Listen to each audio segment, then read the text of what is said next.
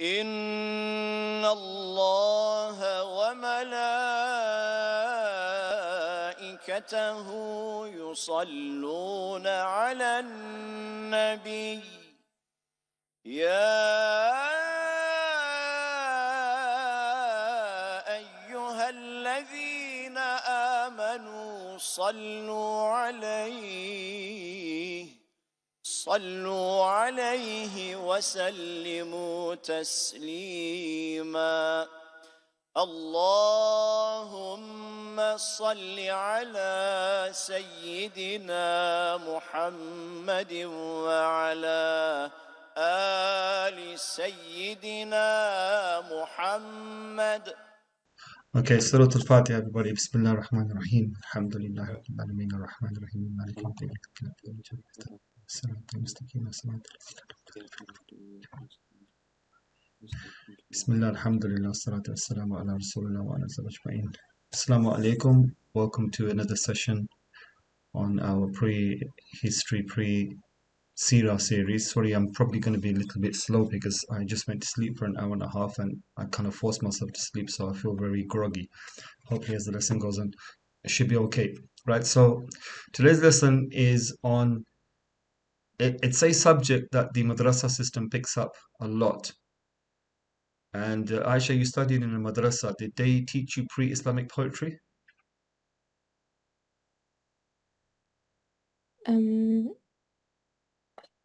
No, I don't think we went into detail. I think it depends on the madrasa. Yeah. Depends on how in depth the madrasa will take you. I think in the UK the madrasas are not that traditional. They are traditional, but they don't push their students to the same high bar as they do in other countries. So that's why you missed many things. The more I'm hearing about your madrasa system, the more it just, leaves much to be desired, thinking, what did you lot really study there? Of course, you lot studied the sciences, but I think even the level of the sciences, they weren't very rigorous, right? Yeah. And the fact that you don't have an exam, wow. I wish I could study there, I'd pass straight away. Right, so pre-Islamic poetry, Jahiliya, it's called Jahiliya. Have we heard of this? Have any of you heard of pre-Islamic poetry? Nope. Never heard of pre-Islamic News. poetry. Right, okay. You'd be forgiven for not hearing about it, Shahid. It's considered very important as part of the Islamic sciences, and we'll find out today why. Aisha, can you tell me what you've heard about pre-Islamic poetry? From the top of my head, I just know that the people, they used to entertain themselves with poetry, so they would have like a gathering and like they would use it for entertainment basically. Is that all you know about it? Yeah, that's what I know about it. Did you study Tafsir al-Qur'an? Yes. And they didn't introduce pre-Islamic poetry into this? No. Ajib. So why is it important? Does anybody know why it's important? Shahid will not know because he's never heard of it before. Aisha, do you know why it's important?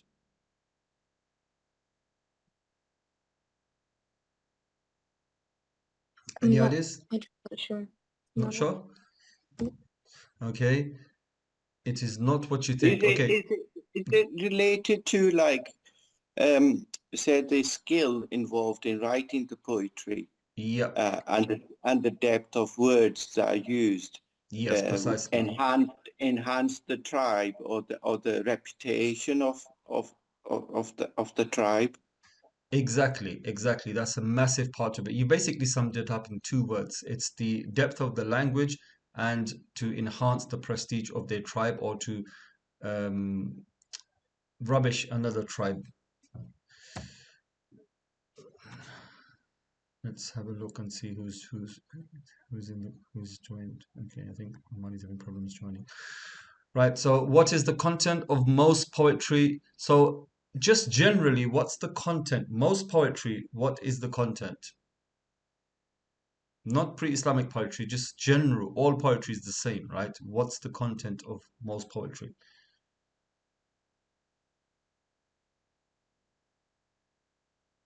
Anybody know?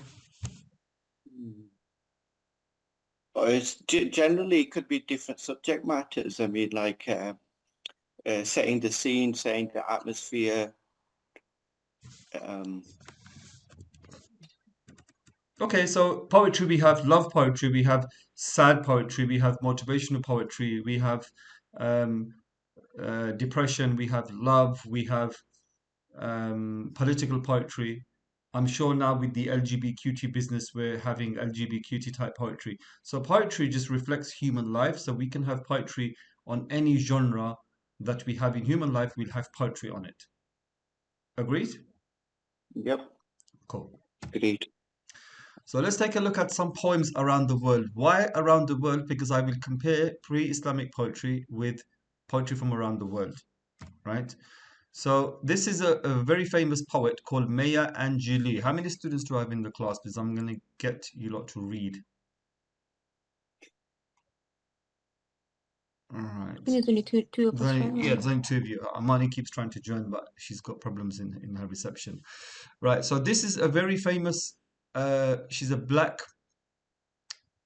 Before I give it away, I was gonna say no offense. When I said black, I'm not pointing a skin color out. I was gonna say something else, black something, but I'm not gonna say that now until we read the poem. So let's read. Let's read the poem together. Right. So Aisha, if you read the first four lines, actually, you know what, Aisha, can you read this, please?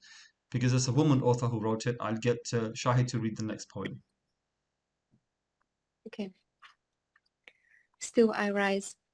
You may write me down in history with your hitter twisted lies. You may prod me in the very dirt, but still, like dust, I'll rise. Does my sassiness upset you? Why are you beset with gloom? Because I walk like I've got oil wells pumping in my living room. Just like moons and like suns, with the certainty of tides, just like hope springing high, still I'll rise.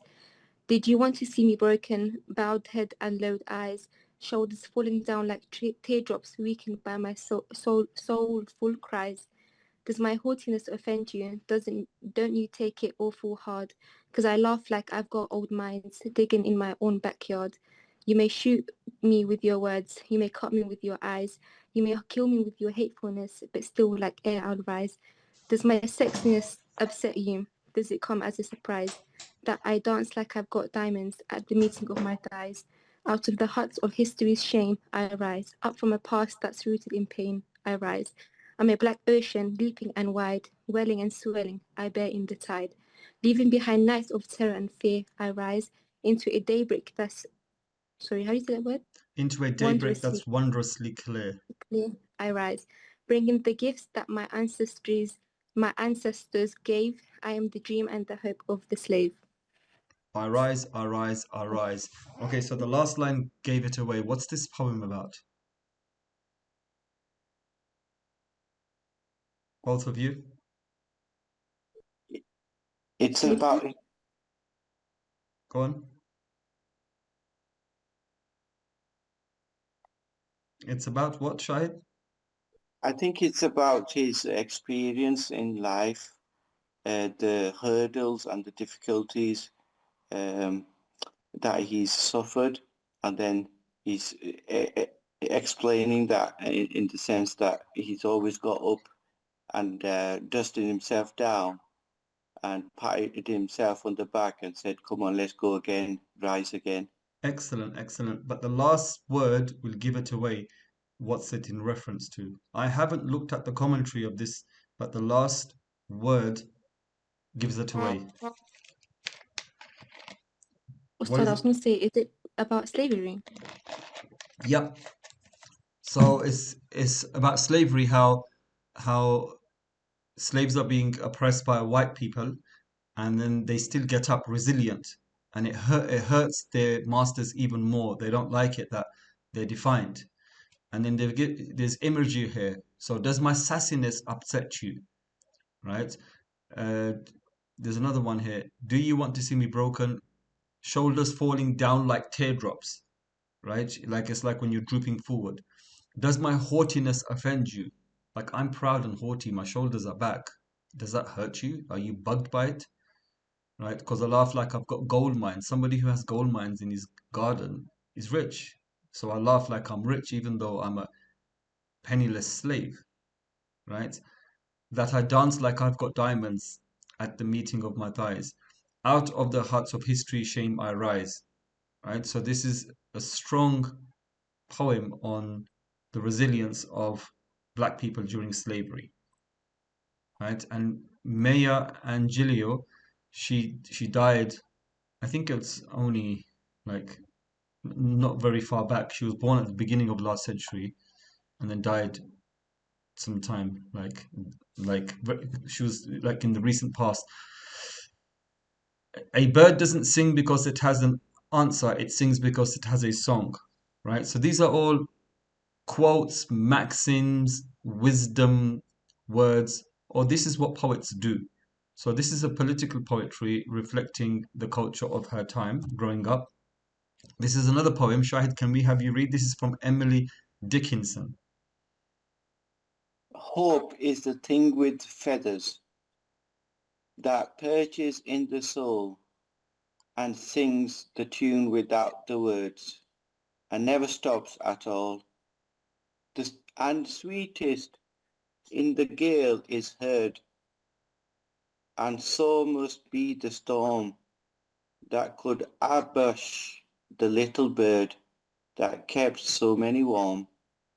I've heard it in the chilliest land and on the strangest sea, yet never in extremity it asked a crumb of me. Excellent. So Aisha, tell me what this poem is about.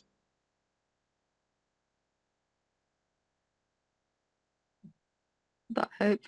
About hope, right? So can you give me an interesting phrase or an interesting word that you can see here that really resonates with you, that has some, it pulls on your conscience or on your emotional strings or on your intellectual strings, or it does something to you in this poem?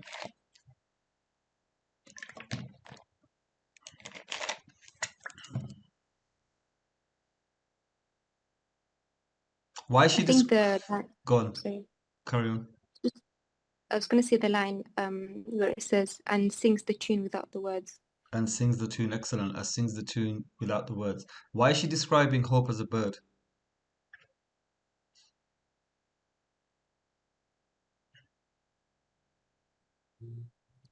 Because it can come and go. It's free, right? A bird is free and a bird rises. So she's equating hope with a bird that has a song that you cannot hear, but it's always there, right? It's the thing with feathers that perched in my soul. So we have this desire for freedom and it never stops. And even though it's buttressed against storms and gales, right, it doesn't make a difference. She's heard it in the chilliest land and on the strangest sea, yet never in extremity as I asked the crumble bee. So it doesn't want anything in return.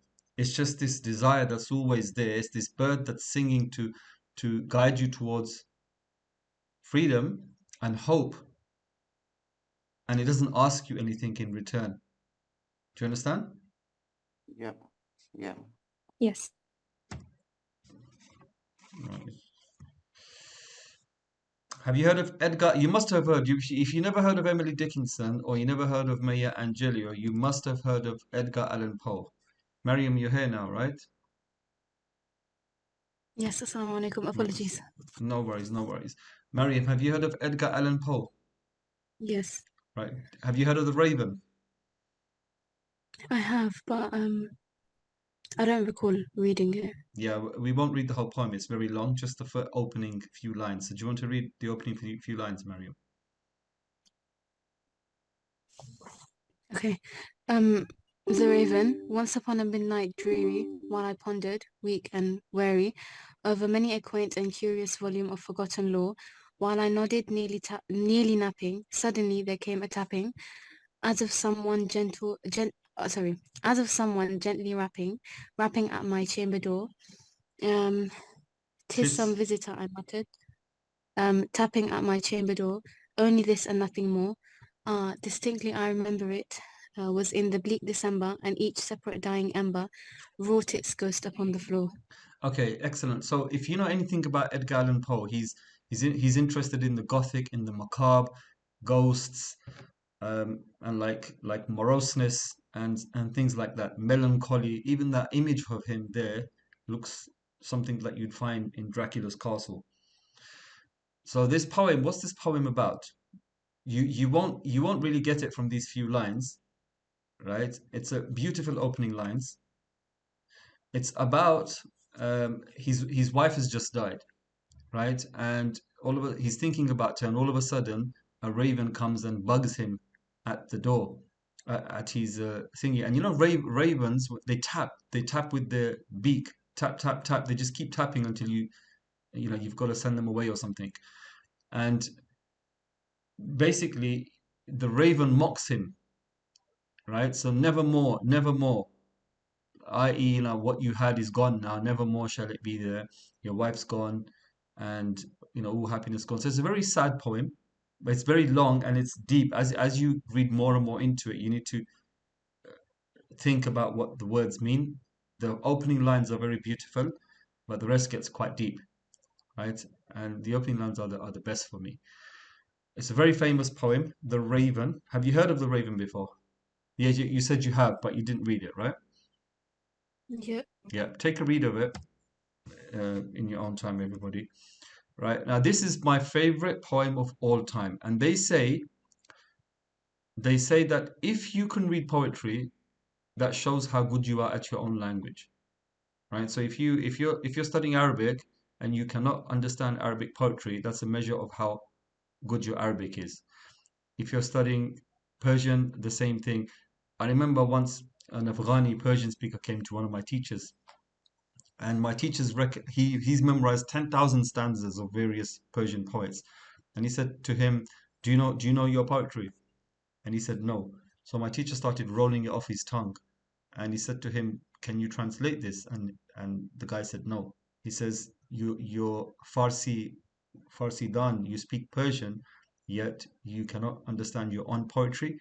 That's that's showing you the level of your own language." Right? And I remember that vividly. That was in 2004. So Maud Miller is a poem that I have read with students like many a time, and most students learning English don't catch on to this story. But for me, this is my best poem of all time. So why am I reading English poem before we move on to pre-Islamic Arabian poetry? Because I said to you, what is pre-Islamic poetry? Why is it important?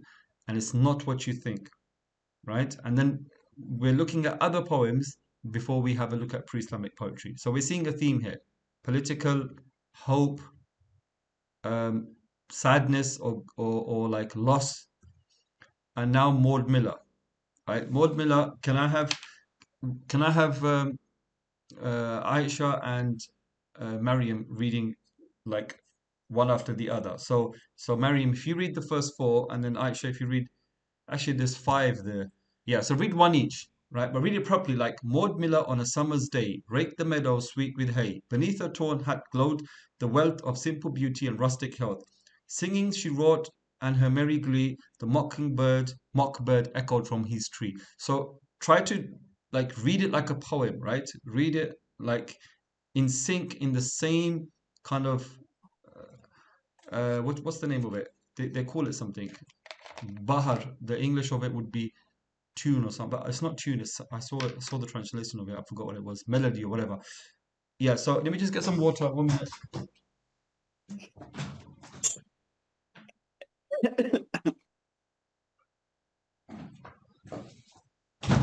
Right. Okay. So ready, both of you?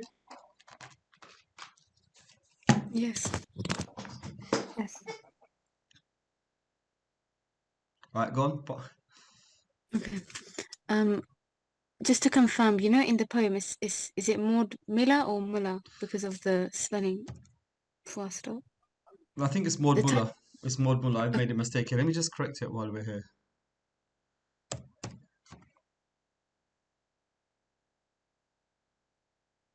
Right. Okay. Is it Muad?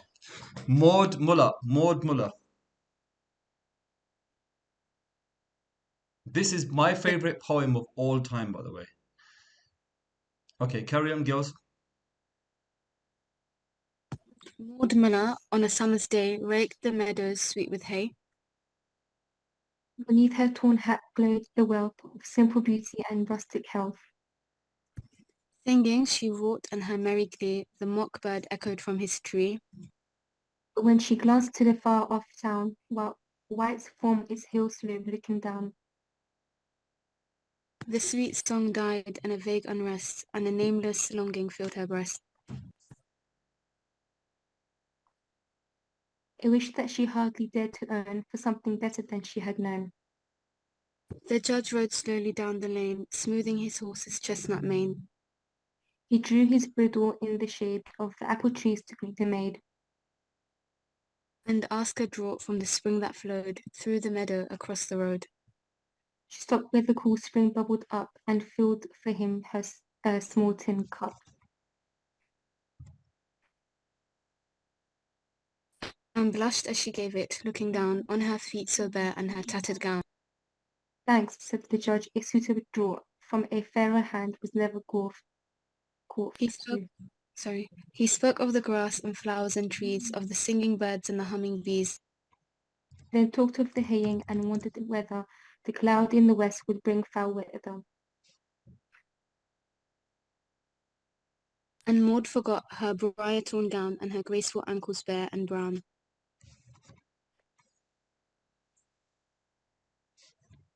And listened while a pleasant surprise looked from her long-lashed hazel eyes. At last, like one who for delay seeks a vain excuse, he rode away. Maud Muller looked and sighed, ah me, that I the judge's bride might be. He would dress me up in silk so fine, and praise and toast me at his wine. My father should wear a broad-cloth coat. My brother should sail a painted boat. I'd dress my mother so grand and gay, and the baby should have a new toy each day. And I'd feed the hungry and clothe the poor, and all should bless me who left our door. The judge looked back as he climbed the hill and saw Maud Muller standing still.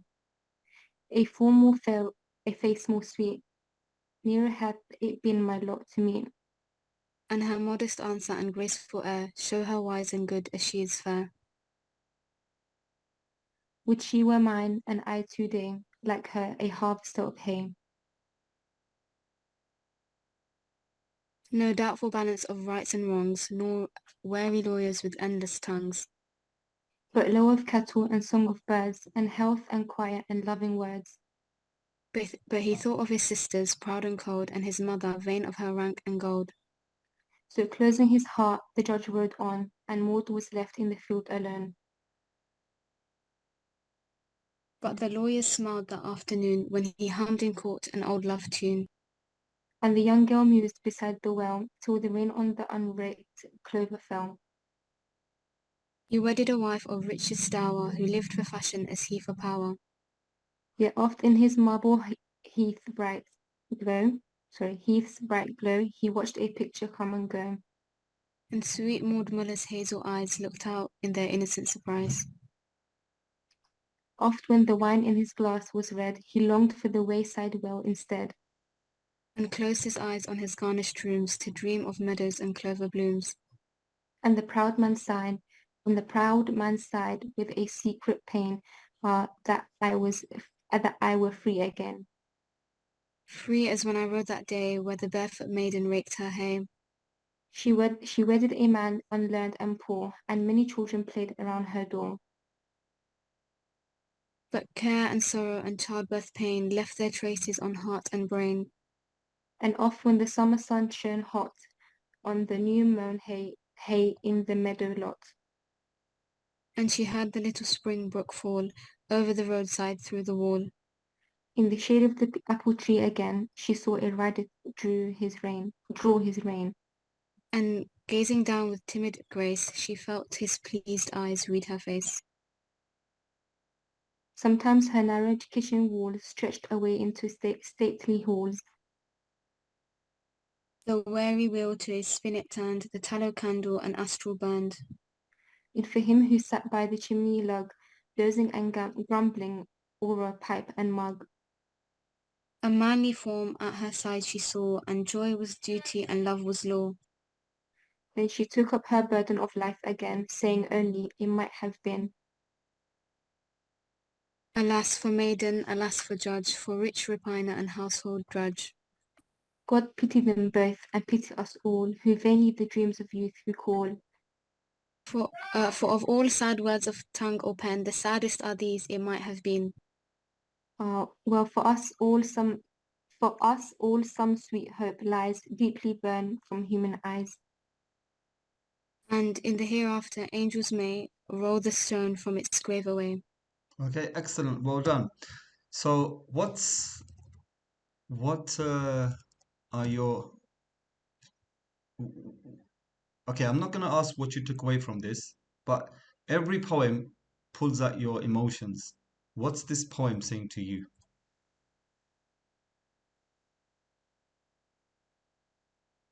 I think from what I understood, it focuses on those instances in life where you have the chance to say something or do something, but you choose not to, and you regret not having done something because of the fact that you don't know what could have been. True, true.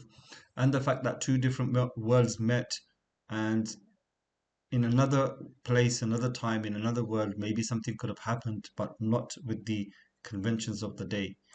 So the takeaway from this poem, we'll have a look at the poem in detail after I show you the takeaway. The basic takeaway from this poem is, of all sad words of tongue or pen, the saddest are these, it might have been.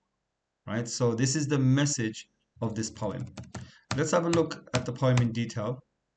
So Maud Miller on a summer's day raked the meadows sweet with hay. That's typical. That's a typical village scene. If you knew England or the States in the 19th century, you would have known that they had this idealistic image of villages that's very different from what we have or what the reality was back then. So why is this? Because the cities, because they had entered into the Industrial Revolution, the cities were smoky, polluted, disease-ridden, right? Two up, two down, tight housing, and it was a miserable place for people to live in, right? So they would see village people as people with rustic health, living in the open, eating natural food, working hard, and village women were considered robust because today it's the other way around. Women in the cities look more robust, even though they may not be. Village women are still stronger than city women, but village women look a bit wiry and a bit gaunt, whereas city women have a lot to eat, so they look more robust. They look more healthy. They glow more, right? But whereas back then, we've all seen pictures of Victorian women. They didn't look very robust, and if you read Victorian literature, they they looked quite like the stories abound of how weak they were. They would faint. The smallest thing said to them, and they would faint, and they were weak and their nerves couldn't take many things, even the men. If you read Victorian literature, have you come across these motifs, by the way, of women fainting and needing smelling salts and men having to protect them from hearing bad news? Have you heard all of this, right? Yes or no? Yeah, we have. Yeah. Right. So one reason why this was is because they used to wear corsets that would give them a very tiny waist and they couldn't breathe. Right. So once when you hear news that's bad or when you get excited, your oxygen volume is increased. You need more oxygen in your blood, and because they couldn't breathe freely, they would just faint. Right? And but village women didn't have corsets, especially the very poor ones. So they were in better health than city women. City women always looked gaunt back then, whereas village women looked very nice. So beneath her torn hat, so a poetry, there's many, many, many levels that you can take a poem, right? So we're going to try to discuss this poem in a very deep, deep way. Why? Because then we're going to take the same lessons and analogy and apply it to pre-Islamic poetry. So beneath her torn hat glowed the wealth of simple beauty and rustic health, which is what we just mentioned. Singing, she wrought, and her merry glee the mockingbird echoed from his tree. But when she glanced to the far-off town, white from its hill slope looking down, the sweet song died in a vague unrest, and a nameless longing filled her breast. So everything is happy with her, right? She's living at one with nature. Even the bird sings, and she's singing. So why is it that when she looks at the town in the distance, right, the polluted Victorian soot-ridden town, the sweet song died in a vague unrest and a nameless longing filled her breast? Why did this happen to her?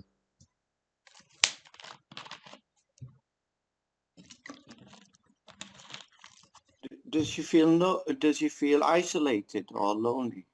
It's not really isolated and alone because villages live together.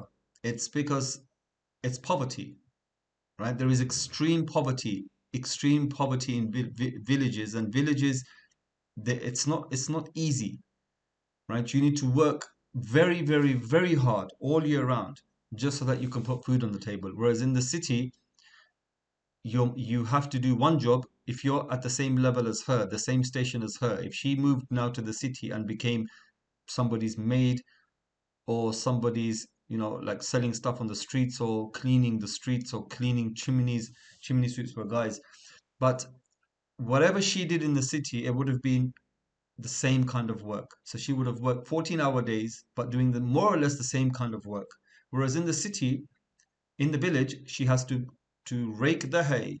She needs to feed the farm animals. She needs to go and plow the fields, sow them, and then watch them for birds that come and pick up the seeds. And then when the seedlings come out, then you need to watch them again for a while. And then during harvest time is very difficult, and then patching your own clothes, and then if you're sick you got to make your own medicine. Even your food, you can only eat off the land, and then you need to prepare it. So life in villages is extremely difficult. So she's looking towards the town thinking, and a nameless longing filled her breast, i.e. that she was in the town and life was a bit more easier. A wish that she hardly dared to own. Sometimes if you ask people, what's your wish? They're like, what's the point even wishing it or mentioning it? It's not going to come true. So what's the point? For something better than she had known. So here the answer's there. For something better than she had known. So even though it's showing it, like if you look at the color pictures, it's a beautiful, the Victorian idyllic village scene.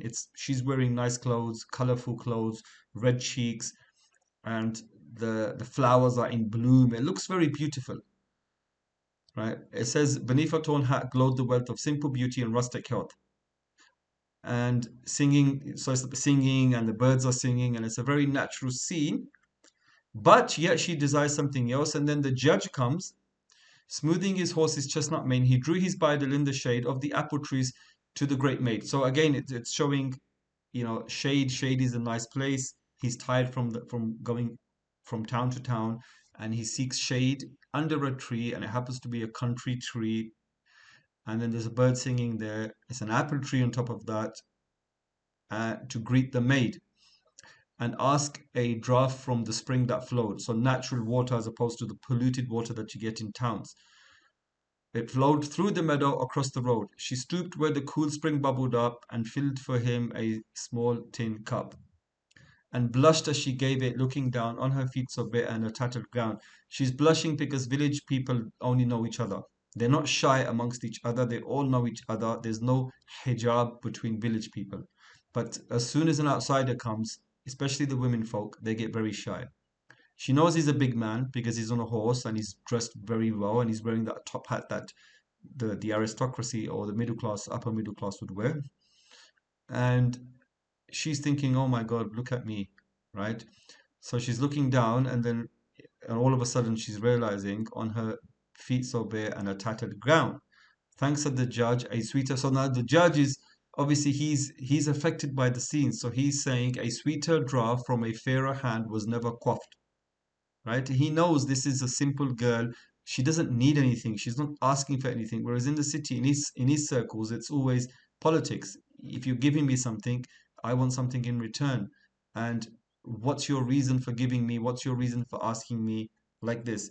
So here it's just a simple girl. She's given a drink. So of course that drink it'll be the whole scene is just so sweet.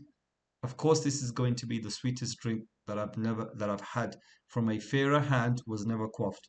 He spoke of the grass and flowers and trees. So he's making conversation with her, not about his life because he knows that she will not know anything about it. And on top of that, that's not what he's here for. He's enjoying this beautiful scene. He spoke of the grass and flowers and trees, of the singing birds and humming bees, stuff that he would never speak about in the city. People would laugh at him. But here he's at liberty, he's free, he has freedom, and he's talking about the simple things in life that he's noticing and that make him very happy. Now, if you're traveling alone from place to place, you'll observe these things and maybe enjoy your walk. But when you're with an authentic person that belongs there and you're having a conversation with them or they become your guide, you double enjoy that. You will, because now you feel like part of that community. And I've experienced this when I'm on holiday. And when I go alone, no matter how much I go off the beaten path and I try to enjoy by myself, there's always a limit. But if I'm with a native and they're taking me around and I'm living with them, I feel like part of that community. And you don't feel like an outsider, you just feel like an insider and you enjoy everything so much more. So then, talking of the haying and wondering whether the cloud in the west would bring foul weather, and Maud forgot her briar torn gown and graceful anchors bare and brown. So she forgot for a moment her own sadness, right? And listened while a pleasant surprise looked down from her long. So she's basically she's surprising herself, thinking there's a smile forming on my lips. At last, like one who for delay seeks a vain excuse, he rolled away. So he had no, there's big difference between them. There's not much of a conversation they can have. She can't talk about stocks and shares and the high fashion and the latest news coming from France and a case that upset the whole town and everybody's speaking about it. He can't. And she's obviously shy. She's not going to turn around and say, "Oh, this is me. This is what I do here." And she's a shy village girl. She's just listening. So eventually the conversation is not going anywhere. He makes an excuse and he has to go.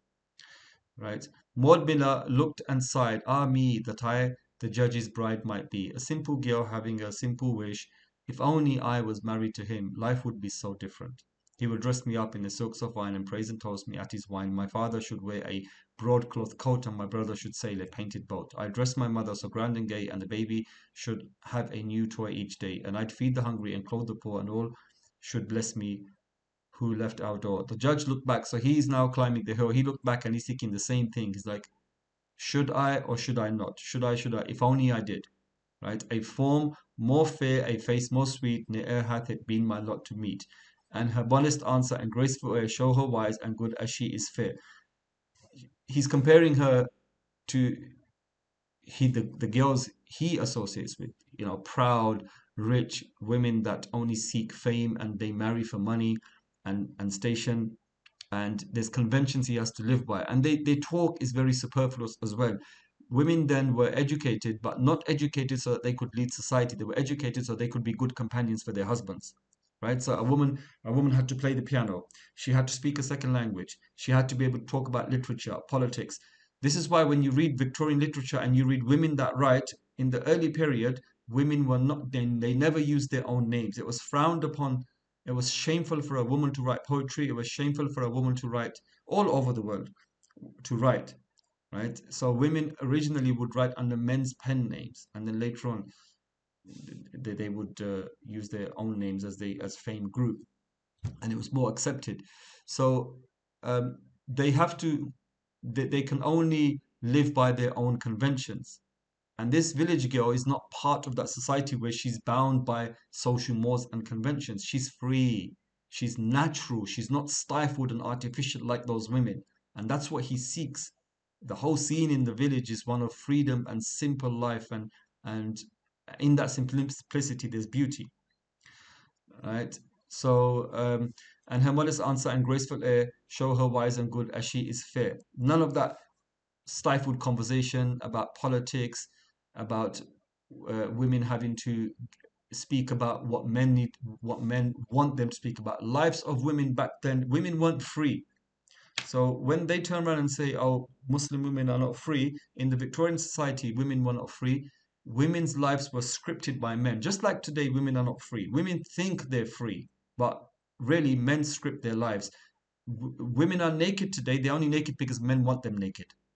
right? If men decide that this fashion needs to change, every single woman by God would be covering up, because women are not free. Women are always enslaved by men, and it's men who script their lives. So back then, women were educated as scripted by men so that they could make good partners for those men, good company. They could speak about you. You see it in all Victorian literature. They sit around a table, and then and a topic is broached upon, and they have a two-way discussion, and they have heated debates, agreeing and disagreeing, and sometimes it's to do with their sex. A man will say one thing based on his sex, and a woman will say one thing based on it, and it makes for interesting reading. Right? One that comes to mind straight away is the conversation in The Woman in White. Another one that comes to mind is Frankenstein, when Lord Byron had that meeting where he asked everybody they discussed to write a Gothic novel, right? And that's how Frankenstein came about, by Mary Shelley, who was 18 years old at that time. If you read that book, somebody in their 60s cannot write like that today. And then you're thinking, how did this girl come across so much education? And another one or two famous novels came out of that time period of the Gothic genre as well, but they evade me. You can read about that. And everything she knew, the way she's good company, the way everything is happening, it just fits that mold of how these people lived in the city. Would she were mine, and I today like her a harvester of hay. Like, how many times have we all wished to be farmers? Now, I'm going to give you a scenario here. All you city people, you wouldn't last 1 week in a village. Even if your farming was taken care of for you, and you were living in a country manner where you had servants, even today, you would not last there more than 6 months. You would sell up at a loss, and you'd move back to the city, because we're city folk. We're used to the hustle and bustle. What will you do? All of us are from England, going into an English country village where mostly it's old people, a simple way of life. You could either live in a small village where there's 10 houses, or live nowhere, and your small village is about 3 kilometers away, and the main town is about 10 kilometers away, and you're just living alone. What will you do all day? What is there for you to do? Nothing. No sports, nothing. No, what, you're going to walk around the field for the 100th time? That's all there is. So you wouldn't last. For those people that wish that they could live in a rural area, you would not last in a rural area. So he's obviously having the same dream. Would that she be mine, and I today like her a harvester of hay. Yeah, right, you'd harvest hay. No doubtful balance of rights and wrongs, no weary lawyers with illness tongues, but low of cattle and song of birds, and health and quiet and loving words. And he thought of his sisters proud and cold, and his mother vain of her rank and gold. So closing his heart, the judge rode on, and Maud was left in the field alone. So he's thinking, my life, this would never happen in a million years. Even if I did this, my own mothers and sisters would not spare me. They would hound her out the house, they would destroy me, and it just wouldn't happen. I would not be allowed to marry a village girl. But obviously he's met somebody that touched his heart. So we all know this feeling. For the rest of the day, there was a lightness in his step, and he hummed a tune. And the same for that girl, thinking, wow, she probably was for a few hours happy that something new happened in her simple life, a one-off experience. He wedded where he had to wed, typical for his station, and she did the same thing. Right? Yet often the marble hearth he wedded. Yeah, so but he wedded, and then he's many a time when he's bored of life with that kind of lifestyle or the demands of his wife, he sees in his marble hearth. Look at the imagery here now. Marble hearth, as opposed to a normal hearth, a marble hearth. He looked into the fireplace and he saw her image, comparing her to his wife. Oft when the wine in his glass was red. So parties, how many parties can you have? Or every evening you come back and it's the same thing. You've done your day's work, you've had your food, you sit in front of the fireplace with a pipe and red wine. He closed his eyes on his garnished rooms to dream of meadows and clover blooms, and the proud man sighed with a secret pain. Ah, Ah, that I were free again, free as when I rode that day where the barefoot maiden raked her hay. She wedded a man unlearned and poor. Of course, she wedded a man at her station, and many children played around her door. But care and sorrow and child pain left their traces on heart and brain. And oft when village life is very, very difficult, those women age very quickly and they don't look after themselves, and um, life is incredibly hard for them, right? They don't have, they, even if they wanted to, they cannot do the fashions, even 10% of what the city people do. Why? Because they're poor. Number two, they don't know how to, and they can't have access to any good clothing because what you would never wear them. It's not practical. You have to mow the hay, all right, so to speak, and those clothes would get torn and tattered in a day. So as they're not even practical. And then she remembered the spring book and everything, and she felt her pleased eyes red in the shade. Okay, this is the same. In the shade of the apple tree again, she saw a rider draw. And sometimes her narrow kitchen walls, so her narrow, look at the imagery here, narrow kitchen walls stretched away into stately halls, the weary wheel to a spinet turned, the tallow candle on astral burned. And for him who sat by the chimney lug, so she's complaining about her husband, right? He's probably stinky, smelly, comes home, he's dozing and lazy, he's probably shouting orders at her, a manly form at her side she saw, and then she imagines that the judge, calling him a manly form, and joy was duty and love was law. Then she took up her burden low life again, saying, ah, if only it may have been. Then she remembered where she was, and so if only. Alas for maiden. So the author is now saying, pity the maiden and the judge, for rich repine and household drudge. God pity them both, and pity us all who vainly the dreams of youth recall. For of all sad words of tongue or pen, the saddest are these it might have been. Ah, well, for us all some sweet hope lies, deeply buried from human eyes, and in the hereafter angels may roll the stone from its grave away. Yeah? So now that you've seen it in detail, do you like this poem or it's not up your tree? No, I like it. Same, I like it too. Yeah, this poem is the best poem that I've ever read. This is my best poem of all time. There's many poems that I love that I have in my personal collection. We're going to read some of them today, but this one by far is it really touches me, right? Do you So know this? Do you know the name of this poet? Yeah, John Greenleaf. John Greenleaf Whittier. It might be this Is person. that Yeah, it might be this person. I'm not sure. okay? Yeah, you can. Do you know the last two names of that person's name? There's two streets next to each other just by mine: Greenleaf Street and Whittier Street. I'm thinking if there's Oh, any, so you if there's might need to anything look do into with. the fact that did this guy live in that area? Yeah, true. Because the Greenleaf Street and then next to it is Whittier Street. Two streets named after them two names. 2 streets away from me is a street called Greenleaf as well, by the way, in London. Yeah, Whittier Street. Yeah. Or Greenleaf Street, you're saying, yeah? Yep, in London, 2 streets away from me, there's a street called Greenleaf Street. That's mad. That is mad. That is mad. It's 2 streets away from you as well, right? It's like literally up my road, yeah. Wow. Yeah, it's off my road. Greenleaf Street and Whittier Street. 2 streets. See, find out if this person was from there. Yeah, I'm gonna check it out actually. Yeah. Okay, so now we'll have a look at some Persian poetry. The poetry of Ferdowsi. Have you not heard of Ferdowsi? Anybody? I have. Yeah, I knew you'd have heard of him, Mariam. Right, do you want to read his poem, Nasser? Yeah, okay, 1 second. Is that a poem, yeah? Yeah. This one. Okay. Much have I labored, much read o'er of Arabic and Persian law, collecting tales unknown. Now 62 years are flown, regret and deeper woe of sin.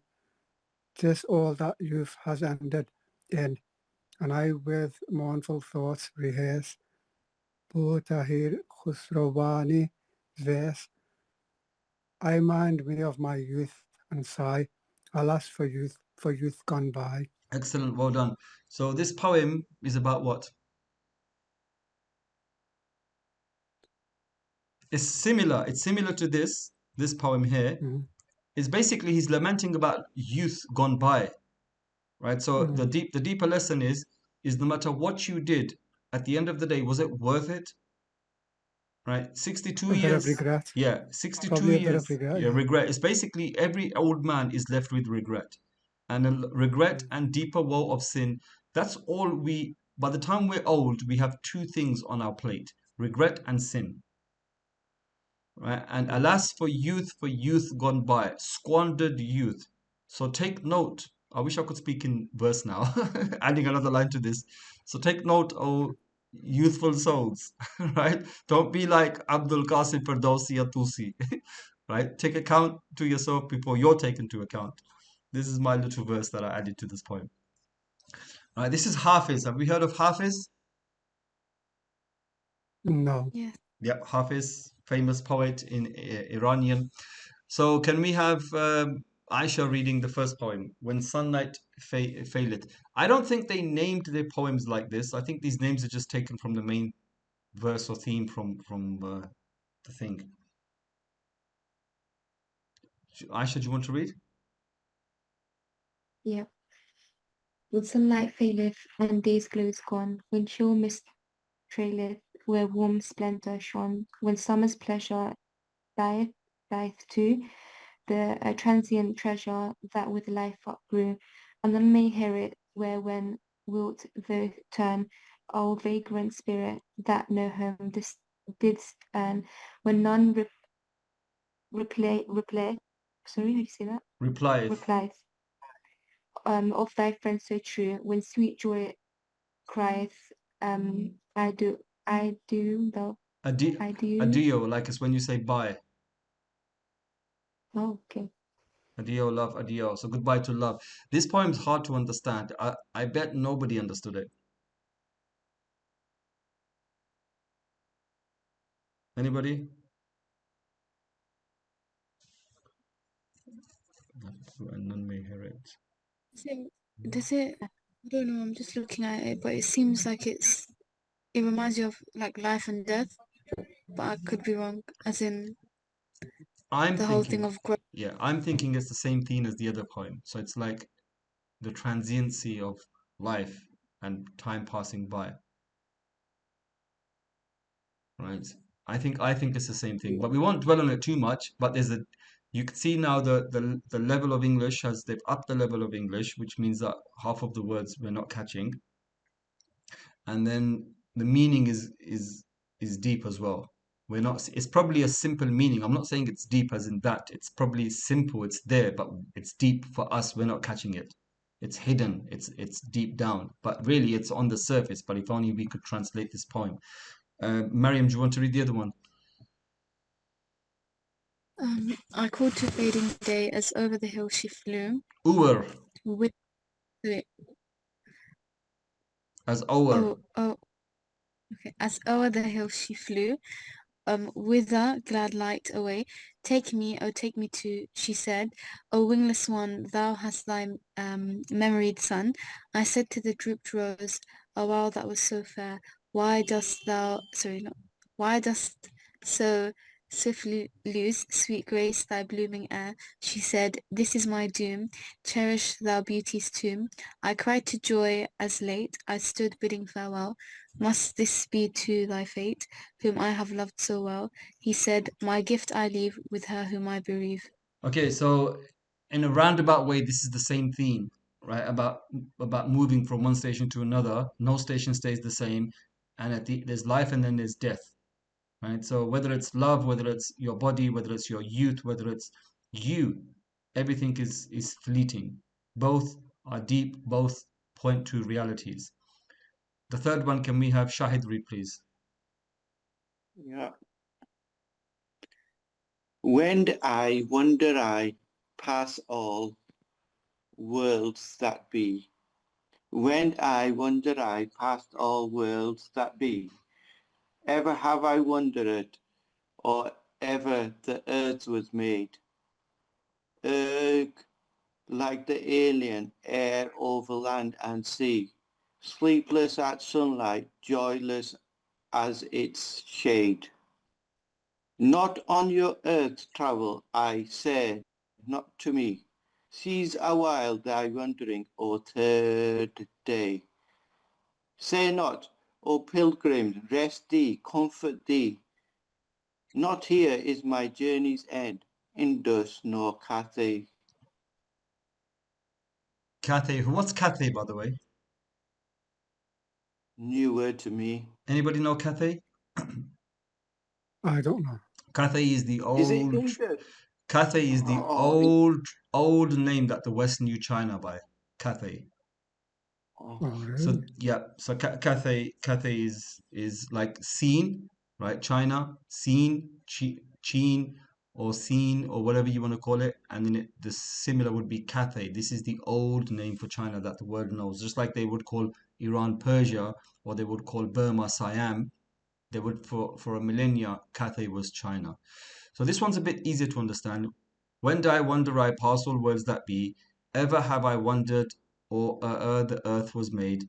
Urged like the alien, air o'er land and sea, sleepless as sunlight, jewelless as its shade. This part doesn't make sense, right? But the next part should. Not on your earth travel I, say not to me, seize a while thy wandering, O tired day. Say not, O pilgrim, rest thee, comfort thee, not here in my journey's end, in Indus nor Kathi. Meaning this earth is, you're a pilgrim, you're a traveler on this journey. Don't rest here. This is not your place. Not here. Not here is my journey's end, Indus nor Cathay. So no matter how far you go, the journey's end isn't in the sands of Persia. No, it's not even in India, nor even China. Carry on and on and on, and your journey's end is where you die. And while you're on this journey, you have something to do. Your journey is a journey of works. This is a Sufi idiom. Your journey is a journey of works. What are you working for your end? So these poems are a bit more deeper, and the level of English reflects it. And now let's move on to some Chinese poem. Can we have Nasser read, please? The sun shines on the incense burner, releasing purple mist. From afar I gaze upon the waterfall that hangs before the ravine. It plunges straight down 3,000 feet, appearing as if the Milky Way has fallen from 9 heavens. So by the way, those English poems that I showed you are famous poems. Some of them are quite new. Maud Miller's just my favorite, right? But the other two, the one on black slavery and the one on hope, they're famous poems. They're quite modern and they're famous. The Persian ones are from the Persian Islamic classical period, so it's the best that they produced at that time. And this is from the Chinese classical period. So we're looking at 1400 to 1800 years ago. These are poems, right? So these are the classics. So I'm going to compare this to the pre-Islamic Arabian classics to see how they measure up. So what's this talking about?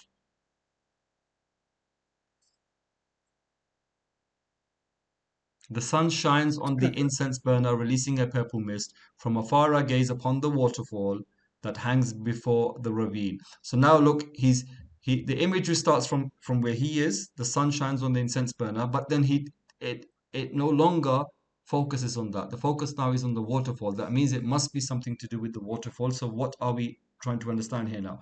From afar I gaze upon the waterfall that hangs before the ravine. So now he's talked about it again. So obviously he's trying to focus your attention onto the waterfall. It plunges straight down 3,000 feet, appearing as if the Milky Way has fallen from 9 heavens. Right? I thought it was 7 heavens. Obviously for them 9 heavens. So it's something to do with the Milky Way, correct? Yeah.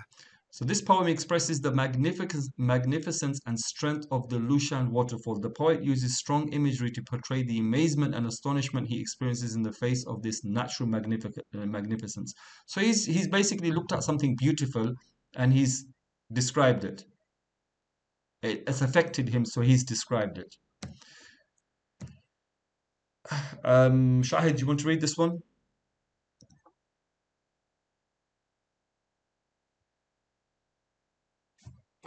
Shahid still there? Yeah, I'm here. Yeah, I can. Ascending the pavilion. The white sun sinks behind the mountains. The yellow river flows into the sea.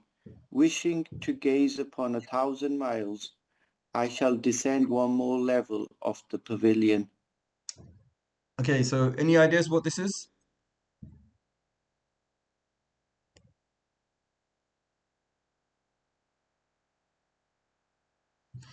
So the white sun sinks It's behind the mountain. So yes, Nasir.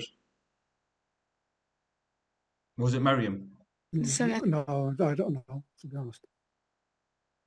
sorry, I was going to say it seems as though he's describing the sun setting.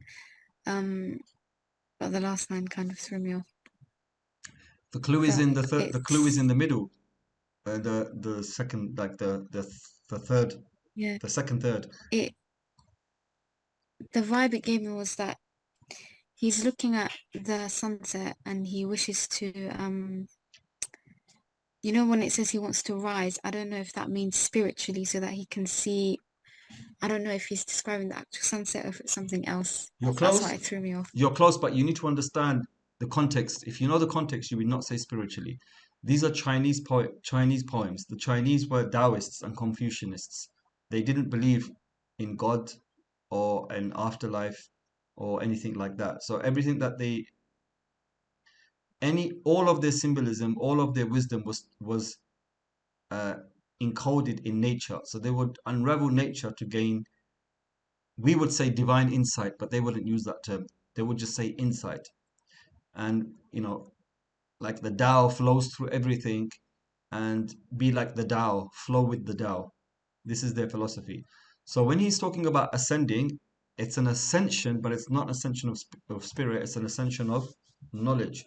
So this poem conveys the poet's desire to broaden his perspective and get a more comprehensive grasp of the universe.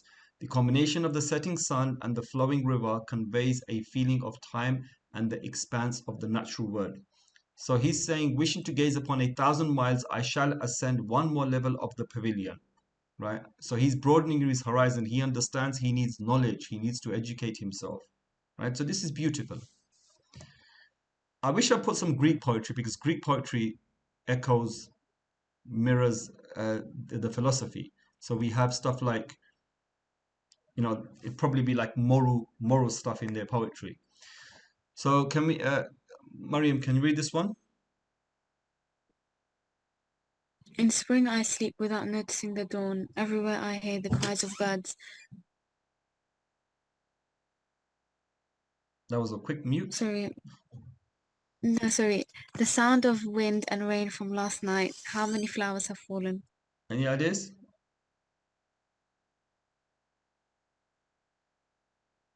Okay, let's do it fast. This poem reflects the calm and serenity of a spring morning, with the poet quietly watching the natural world around him. The poem conveys a sense of melancholy as the poet contemplates the how can I ever get this word out? Ephemeral nature of life and the changing seasons.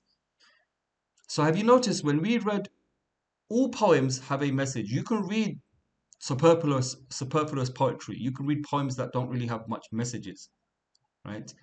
You won't really enjoy them, but when you read poems like this, they make you think.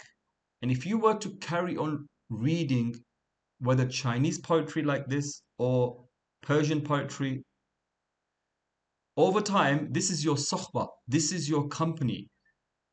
Your spiritual state will become one with the poem you're reading. So these poems are like your teachers. If you read 1,000 poems, you will start to imbue or imbibe, whichever one the word is. You'll start to become one with this poetry, and these truths in these poems, you would begin to imbue them where they would become you. And that's how your mind would work, and that's how you would work in your personality, and that's how you would interact with people and nature. Each civilization, when it writes poetry, it writes from its own cultural framework. We know the culture and the civilization of the Chinese, right? It's heavily Taoist, and especially in the past. Now it's more Confucius now, and even the Confucian way is very, very strong, and it shows in their poetry. And that's how they gain their strength. That's how they gain their life lessons. When we looked at Islamic Persian poetry, the motif is about the passing of life, which is Islamic. What are you doing, O man? Wake up. Time is passing you by. By the time it ends, you shall only have regret and sin. And these are Quranic motifs. And if you have no sheikh and you start to read Hafiz's poetry or Rumi's poetry, translated properly, by the way, they become your shuyukh. And over time, you pick up their hal, their spiritual state, and you imbue it. You become like it. The same goes for if you're a politician and you're reading political poetry or you're reading poetry on freedom. Why is it that when you're sad, you don't want to listen to happy songs, you want to listen to sad songs? Or if you read poetry, you don't want to read happy poetry, you want to read sad poetry, because that's your state and you want to join and fall in with somebody whose state is the same. When they write a sad poem, it resonates with your state at that time. When you're sad and you listen to a sad song, it affects you even more. And there's some sweet melancholy in that. The same thing with poetry as well. Sympathy for the Farmers by Li Shen. Can we have Nasser reading, please? Hoeing the crops under the noonday sun. Sweat drips down onto the soil below. Who knows the toil behind each grain on the plate? Every single grain is the fruit of bitter labor. This one's very easy. What's the meaning of this one? Basically how difficult work is. How difficult everything is. Yeah, how difficult work is. So this touched me when I read this yesterday. This touched me. Have we ever thought, when we throw those last peas away, those peas that we don't eat on our plate, that last bit of food that we just so carelessly throw away, the only thing that we think before throwing it away is the people of Gaza don't have this, or the poor people don't have this. That's all we think. We instantly, our thought may go to poor people as we're throwing this away, but we don't think about how much effort went into making it. That poor farmer worked a whole year toiling under the sun, browning his skin to tough leather, right? Callousing his hands, destroying their beauty, working, toiling for one complete season, and as the season ends, then harvesting it, packing it, taking it to grain markets, or those markets in the big cities and the big towns, where you'd have like these rich businessmen buying the grain or everything at lots, buying it cheap and then taking it, the exchanges, like grain exchanges or like whatever exchanges, and then buying it. And all the imagery, by the way, in my head is Victorian, or it's third world. I'm not thinking modern, because the real way of living, for the longest time, most people were living like that. And it just helps you create more better imagery. And then they get it shipped, horse and cart, into town, and then it's slowly given to the stalls and sold there and everything, and then it ends up in your kitchen, and then you make it. That's the part you see. But the one who made it with such love for you for a whole year, you don't see that. So hoeing the crops under the noonday sun, sweat drips down onto the soil below. Who knows the toil behind each grain on the plate? Every single grain is the fruit of bitter labor, and you're throwing it away so carelessly. It's like that person worked for a whole year for nothing. Think about that. It took us a poem that's maybe 1500 years old to teach us this lesson. This poem reflects the poet's sympathy and understanding for farmers' challenges. The vivid imagery of the farmer's toil beneath the blazing sun, as well as the recognition of the bitter labor behind each grain of food, demonstrates the poet's regard and gratitude for the agricultural laborers who feed the nation. Now, here's some more Persian poetry. This is the tulip. Aisha, do you want to read it, please? Yeah. The tulip, perhaps the tulip know the fickleness of fortune's smile, for on her stalk's plumed shaft she bears a wine cup through the wilderness. Translation, anybody?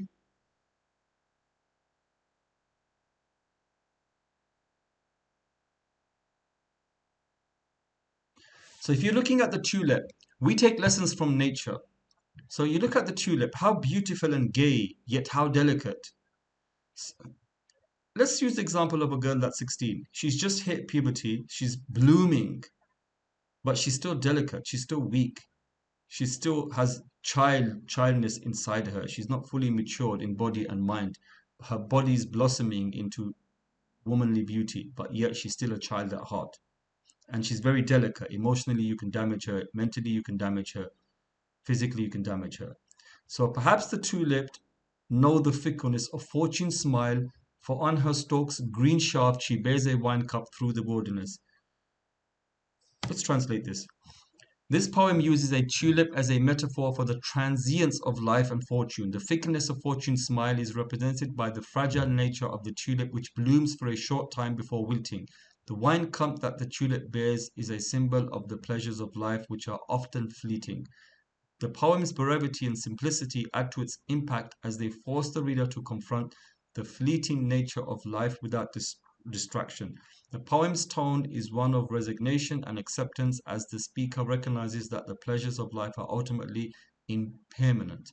This poem is representative of Hafiz Shirazi's style, which is characterized by its use of metaphor and symbolism to explore the human condition.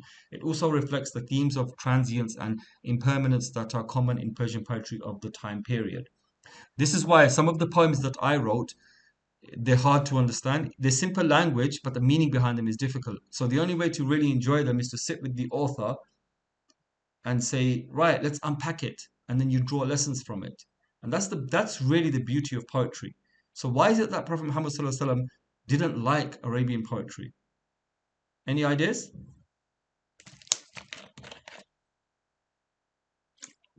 One of the companions... because it was difficult to interpret? No. Once a companion was sitting on the same mount as Rasulullah, and he says, you know a lot of poetry, recite me some verses. So he recited verse after verse after verse, and Prophet Muhammad peace be upon him is hearing the verses. And then at the end he said, it's better for your mind to be full of chaff, hay, bossa, like full of, Maud Miller, what she's doing, right? It's better for your head to be full of that than to be filled with the verses that you just recited to me. So look at the deep messages we just saw on these poems from across the world. And the more you want to become a cultured person, read poetry. Sit alone, try to ponder. The poem is your best teacher. And it's simply beautiful. You want to know how cultured you are? How well do you know poetry? How well do you know classical literature? And here we have Rasulullah saying, it's better for your head to be full of hay, Maud Miller style, than for you to be reading these poems. Right? So the only reason why I went through these classical poems from classical civilizations is to basically show you how Arabian poetry differs and what the problem with Arabian poetry was. Maulana Rumi. Let's read Maulana. How's your course going, Mariam? I need to ask quickly. It's going okay. I've withdrawn from the course actually because I felt like I wasn't benefiting as much as I could have. Because it's probably simple for you, right? There was a very heavy focus on grammar because the class is different. They all have different levels of exposure to the language, so it was very much grammar focused, and there wasn't much time to read the poetry or delve into the meanings. Yeah, 100%. Do you remember we had this conversation? I said to you, this is what I was afraid of, right? And why? Ask me as a language teacher, right? Inshallah, I plan to, in probably about a year and a half's time, release my own language curriculum for Arabic, right? So if you want to learn Arabic, come to me, don't go to anybody else, okay? I'm going to tell you something now, right? That, my reason for why I believe that all Arabic curriculums on the market are bad, right? And this is coming from a language teacher who has over 10 years of experience and who knows a thing or two about teaching methodology, right? So imagine you're going to speak to somebody and somebody's saying to you, هل تعرف لغة العربية? And the guy says, he will not say أيوة نعم, he will say نعم نعم نعم. He will say, okay, what do you know? He will say, fa'ala, fa'ala, fa'alu, fa'alat, fa'alta, fa'alla, fa'alta, fa'altuma, fa'ala, yafalu, fa'ilun, mafulun, ifal. And he will say, what is this? He will say, I know Arabic. And he will say in English, he won't say then, Arif lugut al-Arabiya. He will say, I know Arabic. He will say, okay, then what's this? Talk to me in Arabic. Okay, okay. Huwa, huma, hum. Hiya, huma, hun. What is this? This is Arabic. This is exactly what happens, right? If you claim you're learning a language, don't fire off the grammar. The grammar's not making you speak. The same guy, you go to a shop and say, I need falafel and hummus. And then this guy's gonna go to the shop, and what's he gonna say? Huwa huma hum, right? Or ismul ishara musharun alay. Who cares? Right? You cannot order a falafel.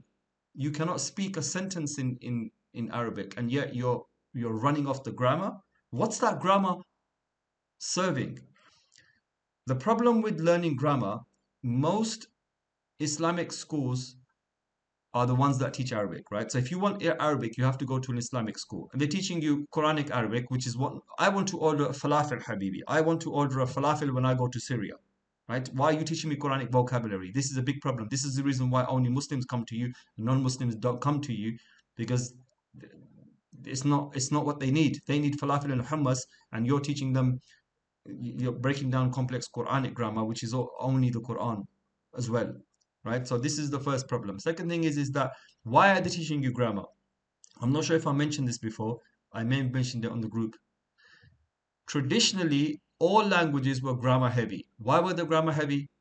Today, I'm in the position of going to another country to order falafel. 500 years ago, you weren't in that position. 200 years ago, 100 years ago, 50 years ago, you're not in that position to go and for the sake of having a drink in a Turkish coffee shop. Right? Why would you want to learn Turkish? You'd only want to learn Turkish so that you could translate Turkish texts. That's it. There's no Turkish speaker in England. You want to translate Turkish. You want to translate Hafiz. You want to translate Rumi. You want to translate Shirazi, Jami, Ferdowsi, whoever these people are. You're never going to go to Iran. No Iranian is ever going to, or Afghani is ever going to be in your country. Your only access to language is through grammar, and the grammar is only so that you could know the grammar, learn select vocabulary, and translate their works into your language. The same happened in the West. In the West, it was basically Greek. In the early period, they say when you have a classic education, if you have a classic education, you speak Greek. You're speaking Greek or you're speaking Latin. But it's a given. Just like us, French was the second language for us. German was the third language, and Spanish was the fourth language. The second language always had to be French. When they were learning languages, they were learning Latin and Greek. Why? To translate scripture. Who speaks Latin? Nobody. Why are they learning Latin? To translate scripture. Why are they learning Greek? To translate scripture. They learned grammar only because it helped them in the text. That's it. You know, it's wonderful when I look at a word, أريد أن أكل خبزا ولحما, and then, oh yeah, this is fa'il, maful bihi, this is in nasab, and what it looks nice. Wow, yeah, I got the grammar perfect, and I can run off the different words of grammar. Wicked, man. Yeah, I know now why, because obviously in Arabic, you can sometimes have the verb can be after the noun, and then the meaning stays the same, if depending on where the i'rab is. Just to get all of this correct and learn the select vocabulary, it was very important to learn the grammar. That's why there's no emphasis on conversation, there's no emphasis on listening, there's no emphasis on anything else, right? And that's why even now the ulama, they go to Saudi Arabia and they can't order a shawarma properly. This focus is old. It was in England for the classical languages, and it's been in our countries for Arabic. This has now been outdated. Today, you are able to go to these countries, and you're not going to go there to run off grammar to them. 90% of the population doesn't know grammar, just like you don't know grammar of the English language. If I ask you to explain the grammar of English, I'm sure most of you will not be able to answer me, and the ones that will be able to answer me somewhat, you're only answering me because you studied Arabic and you know some Arabic grammar, and that's why you know some English grammar. That's it. When today it's about communication more than grammar and everything else. language learning evolves. It's always evolving. So if I can speak in broken English and say, I hungry, very, very, very hungry, and I point to my mouth, you know exactly what's going on. I don't need grammar to say that. I can mishmash my whole sentence. I could have long conversation with you in completely poor grammar, and you're still understanding me. And then when you speak to me, you're going to speak in the baby broken language without grammar, and I'm going to understand you. And then over time, you're going to correct your grammar and speak properly. And then I am listening to you, actively listening, and my grammar will start to correct itself. So there's a place for grammar. There's a place for language speaking. Most people start learning Arabic and they give up very quickly. Why? They're a year in a course that's like 1 week or once a week or twice a week, and they're still doing grammar. How much patience does a human have before he thinks, I'm not benefiting? Why is it that I'm... And today they will teach you daraba, karuma, fa'ala. They will tell you what they mean. Traditionally, they didn't even tell you. You just had to learn. Right? And all madrasa students will know that their teachers, when they were taught, they weren't even given the meanings. And abstract, a few meanings here and there, fa'ala, jalasa, right? What the hell does that mean? How is that helping me if I know jalasa means he sat? Right? So the fastest way to learn language is get them speaking. Even if they can say, hello, name me Amir. Okay, it's wrong, completely wrong. My name is Amir, but I've conveyed something, you've understood something, I feel good. Wow, I'm learning language. And then I'm enthusiastic and I carry on learning. This is the best way to learn. So traditionally, madrasa students still teach in the same old way that's been outdated. And every course that they develop, the minute it's developed by people that are not teachers, the minute it's developed by or they teachers from a madrasa system, 99.9% of the time, I know it's going to be grammar. I just know it from my own experience as a teacher, right? So when I saw that course, the way they were vague about it, the way I asked them, Rumesa, everything, they didn't give me satisfactory answers, and I knew 100% it was going to be grammar focused, right? And that's just not the way that I have conditioned myself to learn. Yes, I formally learnt grammar in a madrasa maybe 18 years ago, right? But after that, I self-taught myself Arabic, and I didn't learn grammar. And how did I correct my grammar? From listening to speech. Yeah, the basic grammar you know, but then other grammar you just need to read it, like the sentence structure, or hear it, the sentence structure, and then it just comes. It just comes.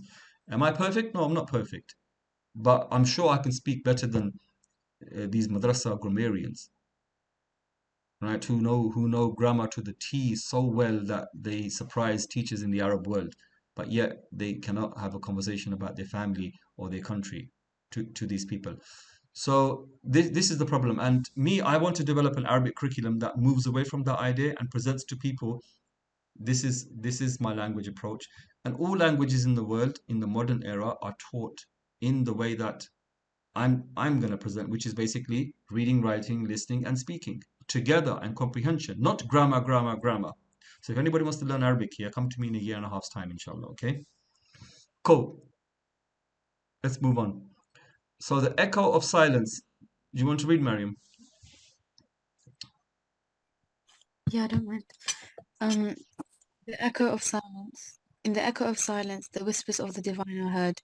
A melody sung by the universe, a song without a single word. Listen to the echo, my dear, and let your soul be stirred. In the silence you'll find the divine sacred word. Okay, so what's the meaning of this?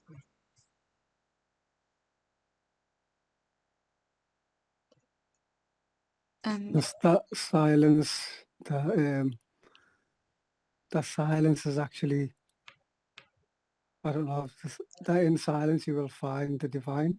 Yep. Why will you find the divine in the silence? Oh my God, you know what? I just love poetry like this. You can give a 1 hour lecture on a poem like this. Right? Be sure to join my, if anybody's interested. Rumesa, you mentioned, I said to you, have you read Spirituality? And you said no. They did recommend a few books to you in the madrasa, correct?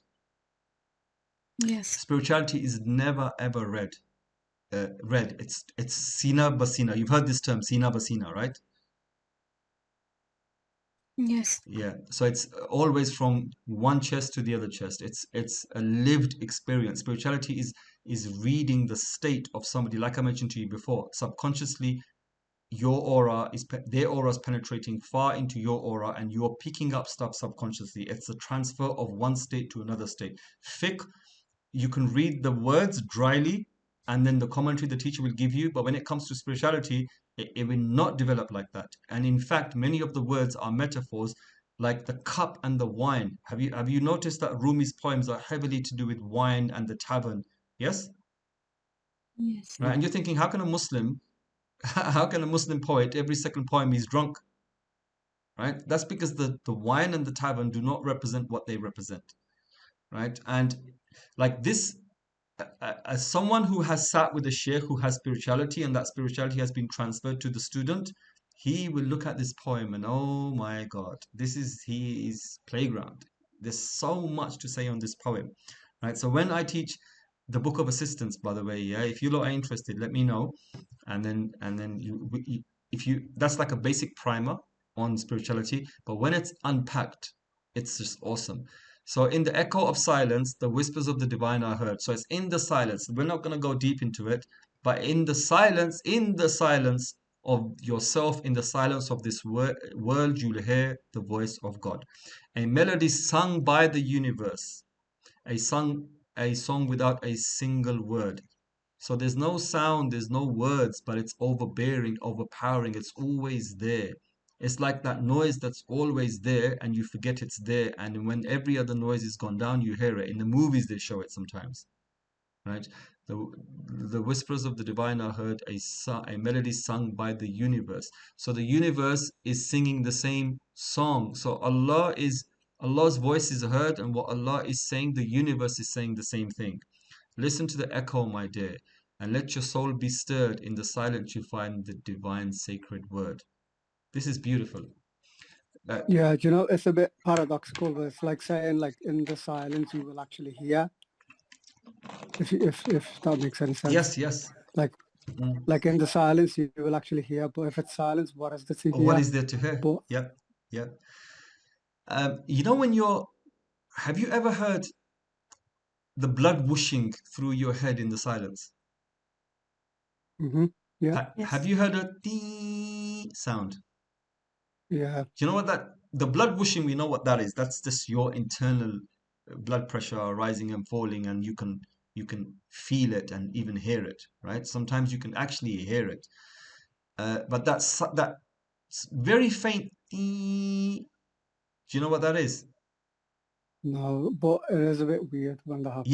Yeah. You know, that's you. That's not radio waves. That's nothing like that. That's actually you. That's your nervous system. Really? Yeah, that's the sound of your living nervous system. When you die, that sound dies.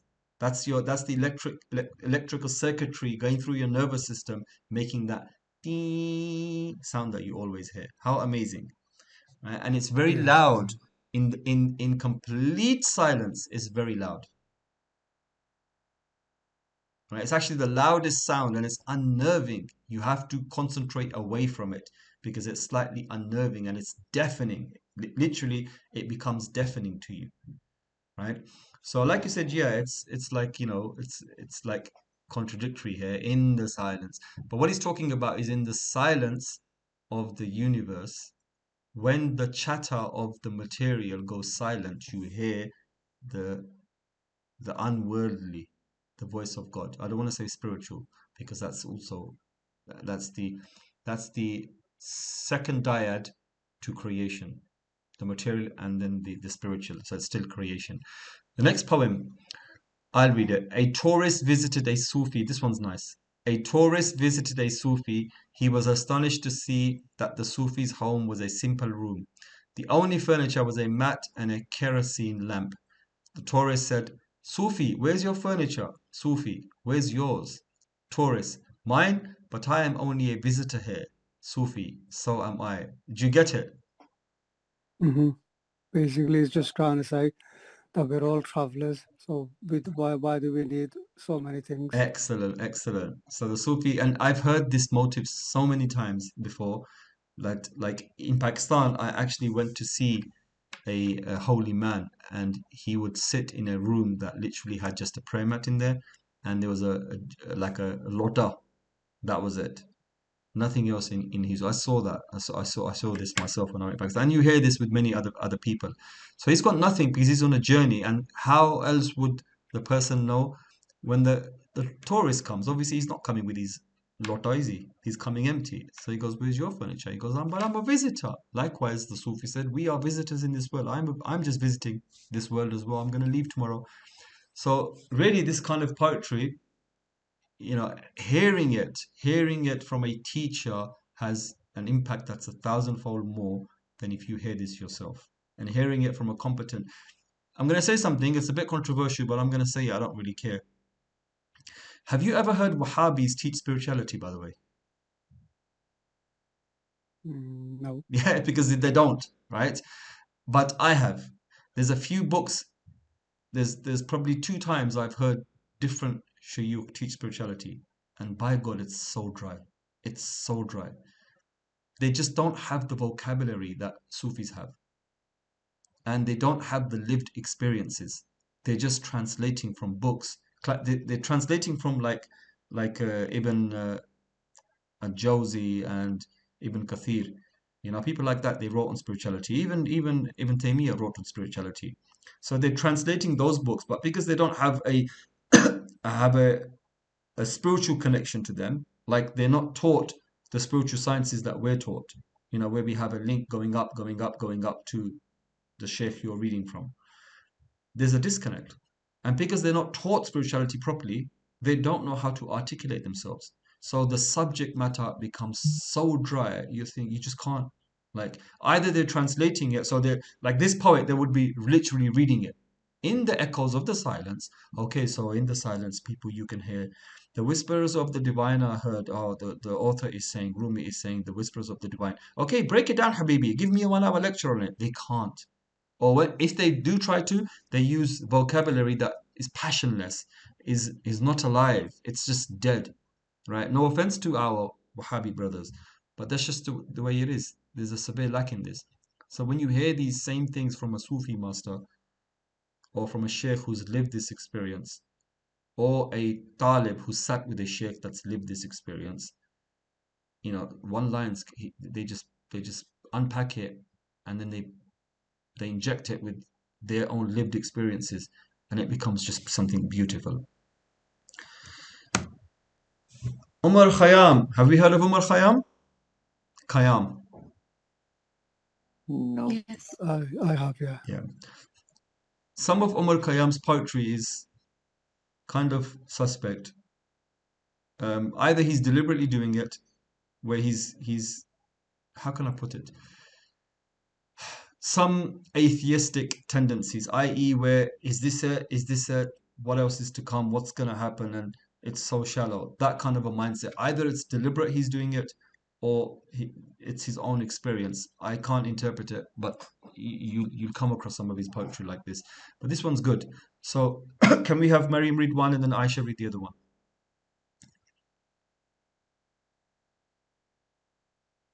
Beyond the earth, beyond the farthest skies, I try to find heaven and hell. Then I hear a solemn voice that says, heaven and hell are inside. We won't translate that because again we're gonna open something beautiful, but you get the gist, right? Actually, you won't really get it. You're looking at something else. He's saying something else, and you're looking at something else. Then I hear a solemn voice saying, "Heaven and hell are inside." Okay, we'll leave it there. But you see that there's a deep message, right? These are eternal messages. Can the next person, one of the other girls, read? I don't know which girl read. How sad a heart that does not know how to love, that does not know what it is to be drunk with love. If you are not in love, then how can you enjoy blinding light of the sun, the soft light of the moon? Again, this is many folds. If you look at it from the material, yes, it's nice. If you're not in love, how can you enjoy the blinding light of the sun, the soft light of the moon? When you're in love, these things are more joyous joyous to you. But then when you look at the spiritual meaning goes deeper, and then that needs to be unpacked. But we can get the ideas of where he's going with this. Okay, Nasir, please. We are no other than a moving row of magic shadow shapes that come and go. Yeah, so this is values. Everything has a value in life. Why is a stone, and why is murder by yourself murder, and killing by the state is no longer murder? If it's sanctioned by the state, it's justice. If you do it as a vigilante, it's considered murder. You're now then gonna have to pay with your life for that, right? Why a diamond is a diamond with an assigned value, which is a diamond is not expensive, by the way. It's a stone that really shouldn't be expensive, but the market has made it overpriced. In fact, it's not even as beautiful as a ruby or an emerald or anything like that. It's just white stone, right? I mean, you can have zirconia that looks the same, but it's the values assigned to it. So we are no other than a moving row of magic shadow shapes that come and go. In Greek philosophy, you have the undifferentiated primordial highly. This is a substance that always was there. This is what the Greeks believe. But if we take away the fact that it was always there, if we say the hylo, the primordial hylo, if we take the primordial away, we have a base substance. That base substance, you can say, is the periodic table, the minerals and the elements of what's in nature. You rearrange that and you have Nasr. You rearrange that and you have a mobile phone. You rearrange that and you have a rocket, right? And then it's at the end of the day, it's just matter. It's the same substance, but different values assigned to it. And it's magical, of magic shadow shapes that come and go. And it's fleeting, right? It's the real will never be a shadow. Compared to the real, you are as if a shadow. And when the luminescence of the real is exposed, that shadow becomes annihilated. And we're talking about Allah here. So beautiful and deep and succinct. And then we have Imrul Qais. Who's Imrul Qais? So now we're moving into, well, I want you to tell me. Who's Imrul Qais?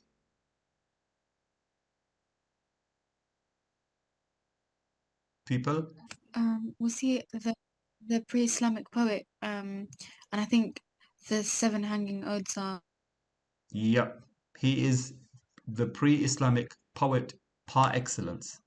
He is considered the #1 poet of pre-Islamic Arabia. So we looked at classical poetry from the Persian tradition, from the Chinese tradition, we looked at some valuable European poetry. I was going to read something else actually. We will read it inshallah. Now let's look at classical Arabic poetry. So this should be on the same lines, right? So I want Nasser reading this.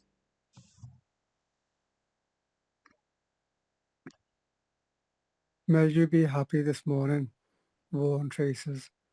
How many a day and night I'd spend with a woman, stark as a statue outlined, her face aglow as she turns to her mate like softly radiant candlelight, her breast like the flare of a generous fire by chilled men lit in the desert at night, and the wind come roving across the hills, north, south, at the caravan staging posts, clear-cheeked in her teens, so playful yet that she makes me forget my clothes when I leave, with rounds like the dunes that as children we loved to tread for their smooth and velvety touch. When her lover strips her, wanting all, she leans to him lightly, holding back, slim at the waist and firm as she twists, with quickening breath from intoxicant lips. Right, subhanallah. Right, okay, I'm smiling. I'm actually smiling because what the hell? What the hell? Right? I didn't want my daughter to join today because of this poem. And I'm sorry there's 2 girls in here. But this is Imrul Qais. This is the most valuable poetry that we have from pre-Islamic Arabia. And I chose a poem that's quite tame, by the way. Right? And this poem supposedly, even though I don't believe it, and I'll give you evidence for this, but it wasn't hung in the Kaaba. But let's take the narrative that they teach you. This was hung in the Kaaba. This is the sum of all Arabic grand poetry. What's the takeaway from this poem, anybody?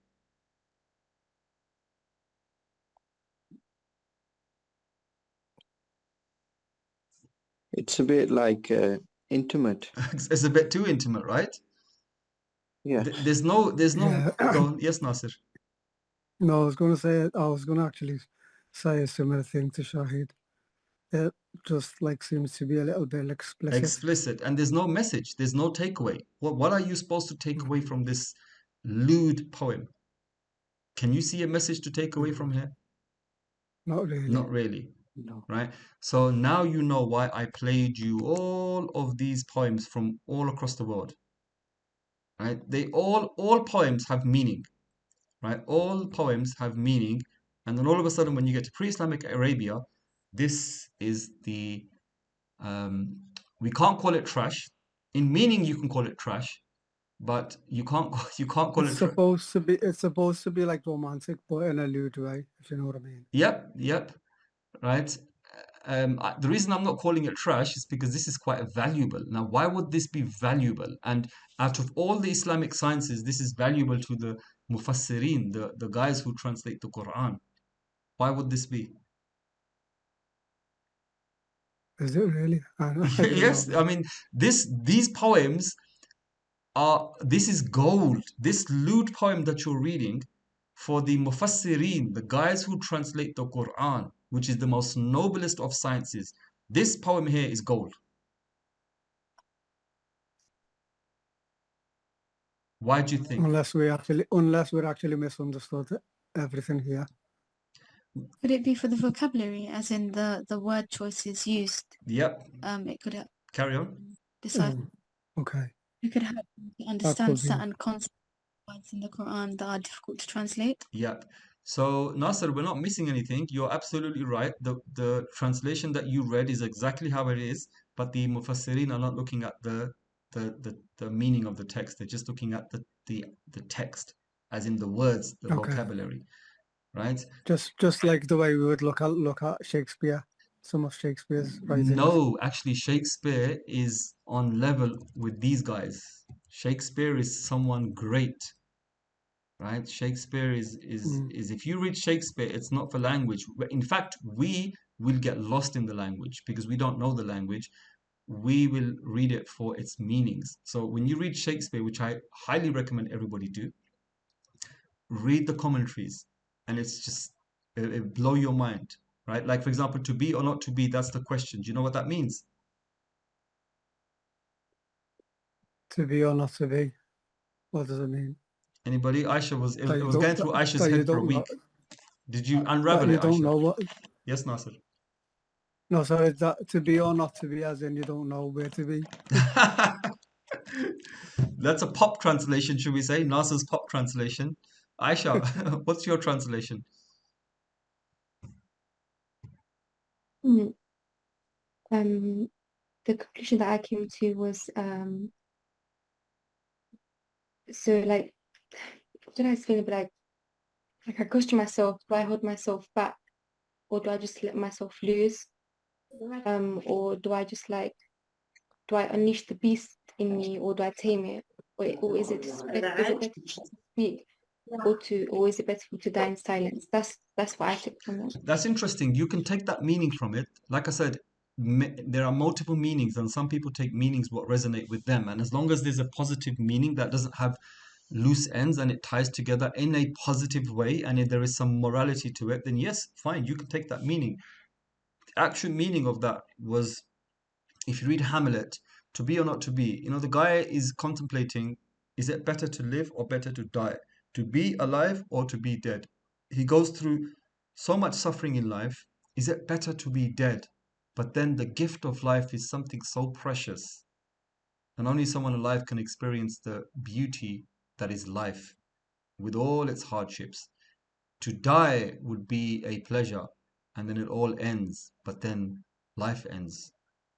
So it's that moral philosophical quandary. Should I wish that I be dead in front of all my woes, or should I enjoy them and live a life well worth lived. It's very deep. Something like in the face of humiliation, death is better. No, it's he's not talking about in the face of humiliation. He's talking about life's troubles. So when you lose, Life's yeah, troubles. like for example, you're accused of something and you lose everything in life, or you've got marriage problems, or your children problems, or financial problems, or So in that case, is it better to die yes, or rather to carry on? yes. So Hamlet's basically musing to be or not to be. That's the question. So he's facing this question now. Is it better to die or stay alive? Right? And then with the understanding that I gave, but I'm not a Shakespearean scholar, so I probably did a crude mashup of it.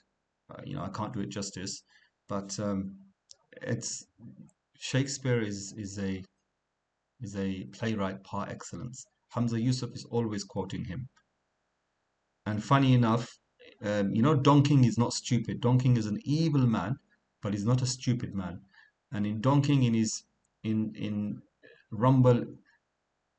Rumble in the Jungle. Yeah, Rumble in the Jungle when he was young and he took Muhammad Ali and George Foreman to Zaire, which is now Congo, I think, to fight. And he was a very young, what do you call it, boxing fixer, promoter at that time. And he gave an interview, and in his interview, he started quoting Shakespeare. And he quoted the same verse that Hamza Yusuf quotes. Right? And then the journalists are busy writing it down. And that's when you realize the guy's not stupid.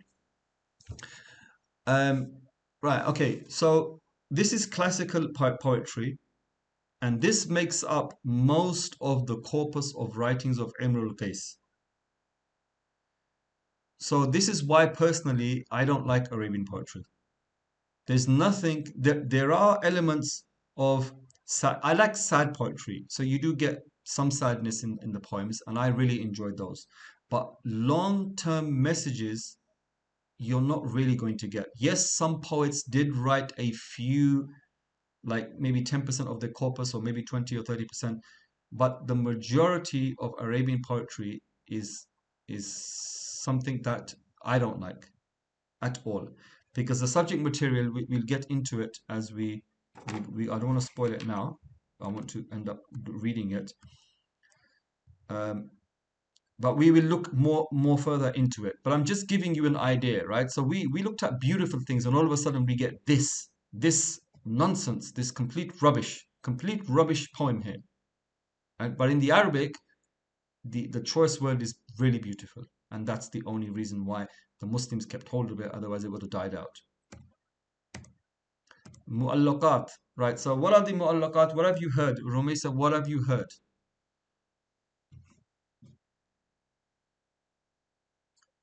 I've heard that they are the hanging odes, so they were hung in the Kaaba, and yeah, that they were exquisite pieces of poetry, but nothing more than that. Okay, cool. Now let me burst that bubble. I like bursting many madrasa bubbles here.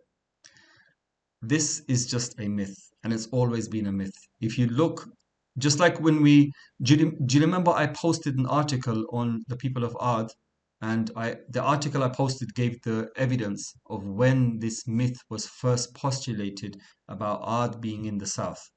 But today the epigraphic record places Ad in Wadi Rum, worshipping Allah, and the temple's been found, and two people's names have been found with the name Ad at the end of their name, right? And do you remember I posted after the lecture, I posted up an internet reading, like from a website, about where they first got the idea from that Ad was in the south. Did you not read it or no? No, I'm taking no. So likewise, when it came to the mu'allaqat, there was a time period where nobody mentioned this, and all of a sudden it's being mentioned that these were the poems hung in the Kaaba, and then ever since then everybody has been parroting the same story, right? First of all, let's look at the evidence. The Sīrah, we know in the Sīrah that there was the agreement to exile Bani Hashim, and by extension its other tribe, Bani Muttalib, to exile them to not deal with them, to boycott them. Sorry, it was a boycott, and then they did the self-imposed exile by themselves, and they moved away into the desert mountains. That was hung in the Kaaba. Right? You may have heard the story, you may not have heard the story. Have you heard this story before? I think so. Can't remember. Yeah, Sorry. yeah. We will look at it, inshallah, when we get to the Seerah. That was hung in the Kaaba. We know this, it's in the Seerah. That's why we know it. In every single classical source on the Seerah, you will never find a story that 7 poems were hung in the Kaaba. It just doesn't exist. And you'd think that in the extensive Seerah literature, strong reports or weak reports, you would have one story mentioning this. It's not mentioned. That's the strongest evidence to prove that this is just a myth. It's not true. And scholarship today affirms this, that it's not true. So if anybody says to you, oh yeah, the hanging poems, the mu'allaqat in the Kaaba, say, oh yeah, that's just a myth, by the way. Show us the proof.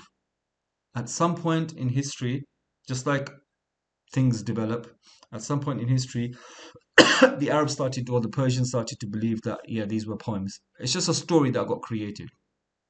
Otherwise, this story doesn't exist. There's not a shred of evidence for this story, by the way.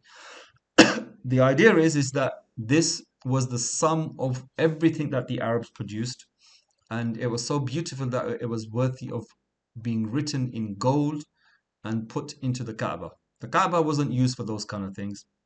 However, we do have evidence that certain poetry was written on the walls or hung on the walls of maybe in Al-Hira. Al-Hira was a city. See, now these names are going to crop up again. We went through these names so much that you should now know this, because it features a lot in the Seerah, in the poetry now.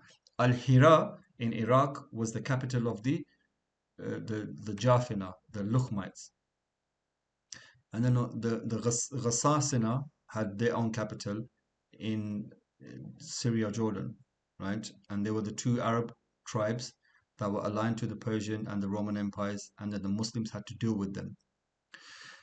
Al-Hira was a great place of patronage, and we read last lesson when we looked at the Arabian language that one of the Qurayshis learned how to read and write. He learned how to write the Arabian script in the courts of Al-Hira, which was possibly correct. It makes sense because it was a center of learning.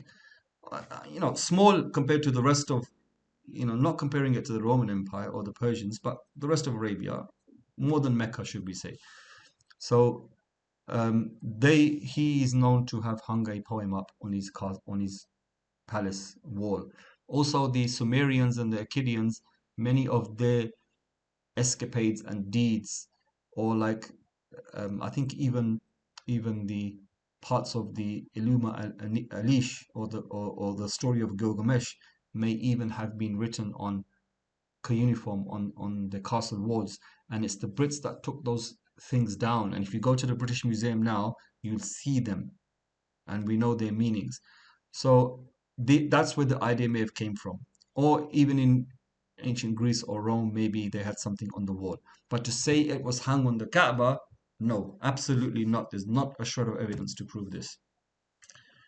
There are 7 poets. Some will say there are more, but it's generally agreed that there are 7. Imrul Qais and Zahir bin Abi Salama, and I'm not going to read the names here. We'll read the name in English.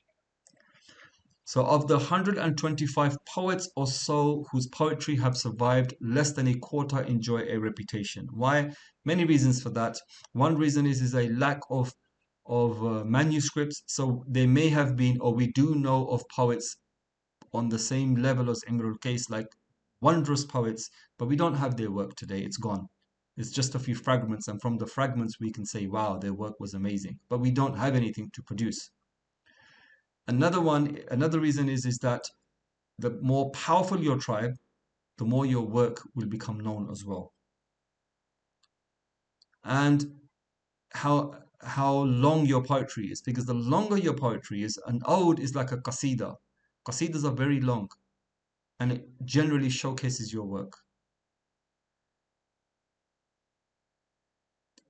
So only like 24 or so that enjoy repute. Only a dozen have been classed as poets par excellence. So who are they? Imrul Qais, Labid, Tarafa, Zuhair ibn Abi Sulma, Antara ibn Shaddad, Amir ibn Kalthum, Harith ibn Hiliza. Which one of these names have you heard, by the way? Only Imrul Qais. I've heard of Antara ibn Shaddad, but I don't know much about him. Okay, Labid, I've heard of Labid, I've heard of Tarafa, and Antara ibn Shaddad, I've heard of. The other two I haven't heard of. Imrul Qais, I've heard of. Some add this to the list as well, and some will add others. And you can find the references, and if you really want the references, you can ask me, but otherwise, it's, like it just gets too pedantic if we start referencing everything. So there's no agreement as to who is the greatest, but generally it's believed that it's Imrul Qais. There was no set factor on what made poets preeminent. It was down to the delight of the critic. So this is another problem now. The way we criticize things in the past is not how we do it today. So your poem may be just there, man, level 1000% poem. But if the critic doesn't enjoy it, he's going to mark you down. So there's some bias there. Also due to tribal links. So if I am a critic from Banu Abbasiyya now, and my tribe is the Asad tribe, and there's a poet of the Asad tribe, for sure I'm going to boost him. And if I'm a critic par excellence myself, everybody's going to listen to my word, and in posterity it's going to go down that the poem of this and this guy from this and this tribe, his poems were the best. Everyday people cannot understand or cannot read these poems. What do they care? But the information you've passed on carries on through generations. It's only like when 700 or 800 years later, when people reopen the books, as we tend to do from time to time in every single science, that you think, hang on a minute, we need to make a revision here. Just like we're doing on the Sīrah today.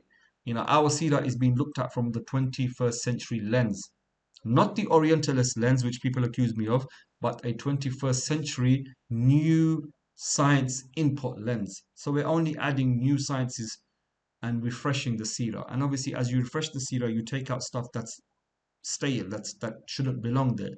Like, for example, the Mu'allaqat. There's no such thing as a Mu'allaqat. It was down to the delight of the critic, also due to tribal links or seeking reward from the tribe. So if I'm a critic, and for example, the Abbasids are from the Banu Abbasiyya, they're a leading tribe in power, I will go and make poetry to the king to seek reward, and then I will tell everybody, by the way, so and so, their ancestor, he was the best poet of Jahiliyyah.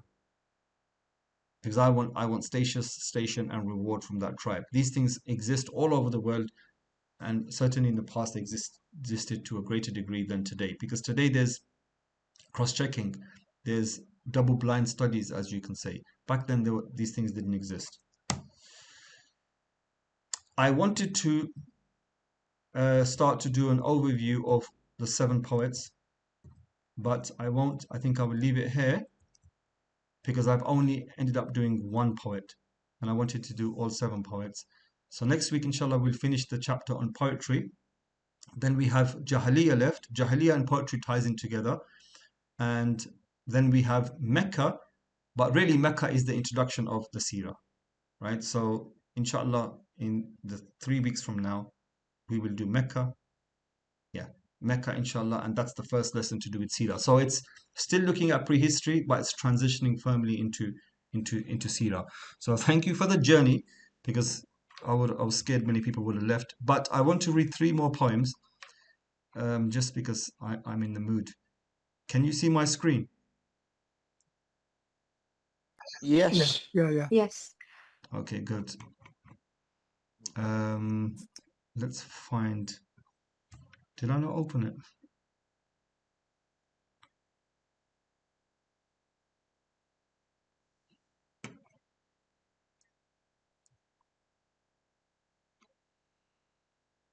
Okay, maybe I need to.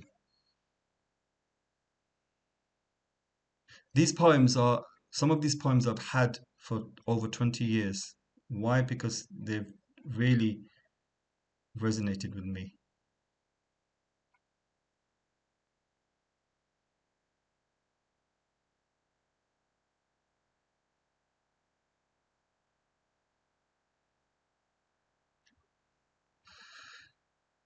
Who's heard of this poem, by the way? No, I have If I do, No. tell me when it becomes difficult to see. Can you still see this? no. Can see it, but it's The font is very I strange. think Yeah, the it's font is strange. now is a little bit Okay, clearer. I'll change the font over. The font just looks nice because it goes with the story. I'll change the font over to make it an easier font. Yeah, Can you still see the font? yeah, it's okay Right. now. This poem, I read this poem when I was probably 20, and I loved it so much. And there's only one version of this poem on the internet, and it's done in like a fiery style using old GIFs and everything. And if I'm not mistaken, that's me that did it. And somebody just copied it completely and stuck it on their webpage. Because I remember using that style to write that poem in. So I want Nasir to read this poem, please. Yeah, okay, 1 second. Shall I read it now? Yeah. Okay. Okay, try to read This is it. a Try to tale. read it like a poem, right? This is a tale of an average man who acts contrary to Allah's plan. If you are reflected herein, then repent and commit no sin. Try to read it as like poetry. This is a tale of an average man who acts contrary to Allah's plan. If you are reflected herein, then repent and commit no sin. It was early in the morning at 4 when death knocked upon a bedroom door. Who is there? The sleeping one cried. I am Israel, let me inside. At once the man began to shiver, as one sweating in deadly fever. He shouted to his wife, don't let him take away my life. Please go away, O angel of death. I'm not ready yet. My family on me depend. Give me a chance to go back and mend. The angel knocked again and again. Friend, I'll take your life without any pain. It's your soul that Allah requires. I come not with my own desires. Bewildered, the man began to cry. Oh angel, I'm so afraid to die. I'll give you gold and be your slave. Don't send me to the unlit grave. Let me in, oh friend, the angel said. Open the door, get up from your bed. If you do not allow me in, I will walk through it in like a jinn. The man held a gun in his right hand, ready to defy the angel's stand. I'll point to my gun towards your head. You dare come in, I'll shoot you dead. By now the angel was in the room, saying, oh friend, prepare for your doom. Foolish man, angels never die. Put down your gun and do not sigh. Why are you afraid? Tell me, O man, to die according to Allah's plan. Come smile at me, do not be grim. Be happy to return to him. O angel, I bow my head in shame. I had no time to remember Allah's name. From dawn till dusk, I made my wealth, not even caring for my spiritual health. Allah's commands I never obeyed, nor 5 times a day I ever prayed. As Ramadan came and Ramadan went, but no time had I to repent. The Hajj was already obligatory upon me, but I would not part with my money. All charities I did ignore, taking usury more and more. Sometimes I sipped my favourite wine, with flirting women I sat to dine. Oh angel, I appeal to you, spare my life for a year or two. The laws of the Qur'an I will obey. I'll begin Salat this very day. My fast and Hajj I will complete and keep away from self-conceit. I will refrain from usury and give all my wealth to charity. Wine and unlawful women I will detest. Allah's oneness I will attest. With angels do what Allah demands. We cannot go against his commands. Death is ordained for everyone, father, mother, daughter, and son. I'm afraid this moment is your last. Now be reminded of your past. I do understand your fears. but it is now too late for tears. You lived in this world 2 score or more. Never did you your people adore. Your parents you did not obey. Hungry beggars you turned away. Your 2 ill-gotten female offspring in nightclubs for livelihood they sing. Instead of making more Muslims, you made your children non-Muslims. You ignored the Muadzin's azan, nor did you read the Holy Quran. Breaking promises all your life, backbiting friends and causing strife. From hoarded goods, great profits you made, and your poor workers you underpaid. Horses and carts were your leisure. Money making was your pleasure. You ate vitamins and grew more fat. With the very sick you never sat. A pint of blood you never gave, which could a little baby save. Oh human, you have done enough wrong. You brought good properties for a song. When the farmers appealed to you, you did not have mercy. This is true. Paradise for you, I cannot tell. Undoubtedly, you will dwell in hell. There is no time for you to repent. I'll take your soul for which I am sent. The ending, however, is very sad. Eventually, the man became mad. With a cry, he jumped out of bed and suddenly he fell down dead. Oh, reader, take a moral from here. Never know, your end may be near. Change your living and make amends. For heaven on your deeds depend. MashaAllah, well read. What do you lot think of this poem, everybody? Well, very deep and quite sad as well. Quite sad, yeah. Very deep. It really brings it home, right? Mm. That's why I kept this poem. Here's another one that I like from a long time ago.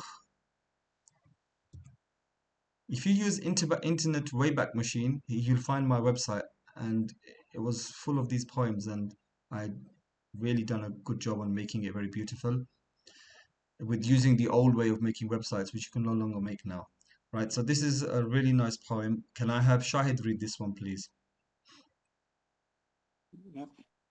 I wonder if the Prophet Muhammad, peace be upon him, visited you just for a day or two. If he came unexpectedly, I wonder what you'll Okay, do. 1 second, 1 second. You've all possibly read quite a few different poems on Prophet Muhammad, peace be upon him. Has anybody read this poem? No. Right, there's a reason why I kept this one, because this No. one is a bit different and it really hits hard. Carry on, Shahid. Oh, I know you'd give your nicest room to such an honored guest, and all the food you'd serve to him, you be your very best, and you would keep assuring him you're glad to have him there, that serving him in your home is a joy beyond compare. But when you see him coming, would you meet him at the door with arms outstretched in welcome to your visitor, or would you have to change your clothes before you let him in, or hide some magazines and put the Qur'an where they had been? Would you still watch R-rated movies on your TV set? Or would you rush to switch it off before he gets upset? Would you turn off the radio and hope hadn't heard and wish you hadn't uttered that last loud, hasty word? Would you hide away your music and instead take a hadith book out? Would you let him walk right in, or would you rush about? And I wonder, if the Prophet spent a day or two with you, would you go right on doing the things you'd always do? Would you go right on saying the things you always say? Would life for you continue as it does from day to day? Would your family conversation keep up its usual pace? And would you find it hard each meal to say a table grace? Would you keep up every prayer without putting on a frown? And would you always jump up early for prayers at dawn? Would you sing the songs you always sing and read the books you read? And let him know the things on which your mind and spirit feed? Would you take the Prophet with you everywhere you plan to go, or would you maybe change your plans just for a day or so? Would you be glad to have him meet your very closest friends, or would you hope they'd stay away until his visit ends? Would you be glad to have him stay forever on and on? Or would you sigh with great relief when he at last has gone? It might be interesting to know the things that you would do if the Prophet Muhammad in a person came to spend some time with you. MashaAllah, well read. Everybody, please give me your thoughts on this poem. Imagine. We think, I'm saying imagine, imagine if he was actually to come one day and to spend some time with you. I mean, I wouldn't even know what to do. That's a start. we'd realize instantly that we failed as Muslims. Some of us think Yeah. that because we pray, we're more pious than everybody else, and we read a bit of Qur'an, and we're more pious than everybody else. But if you compare yourself to this poem, really we fall vastly short, correct? Mm. Mm. It's like this person's trying to reshuffle his whole life. Like he doesn't know what to do, whether to turn the TV off, to hide the magazines, get the hadith books out, Quran out.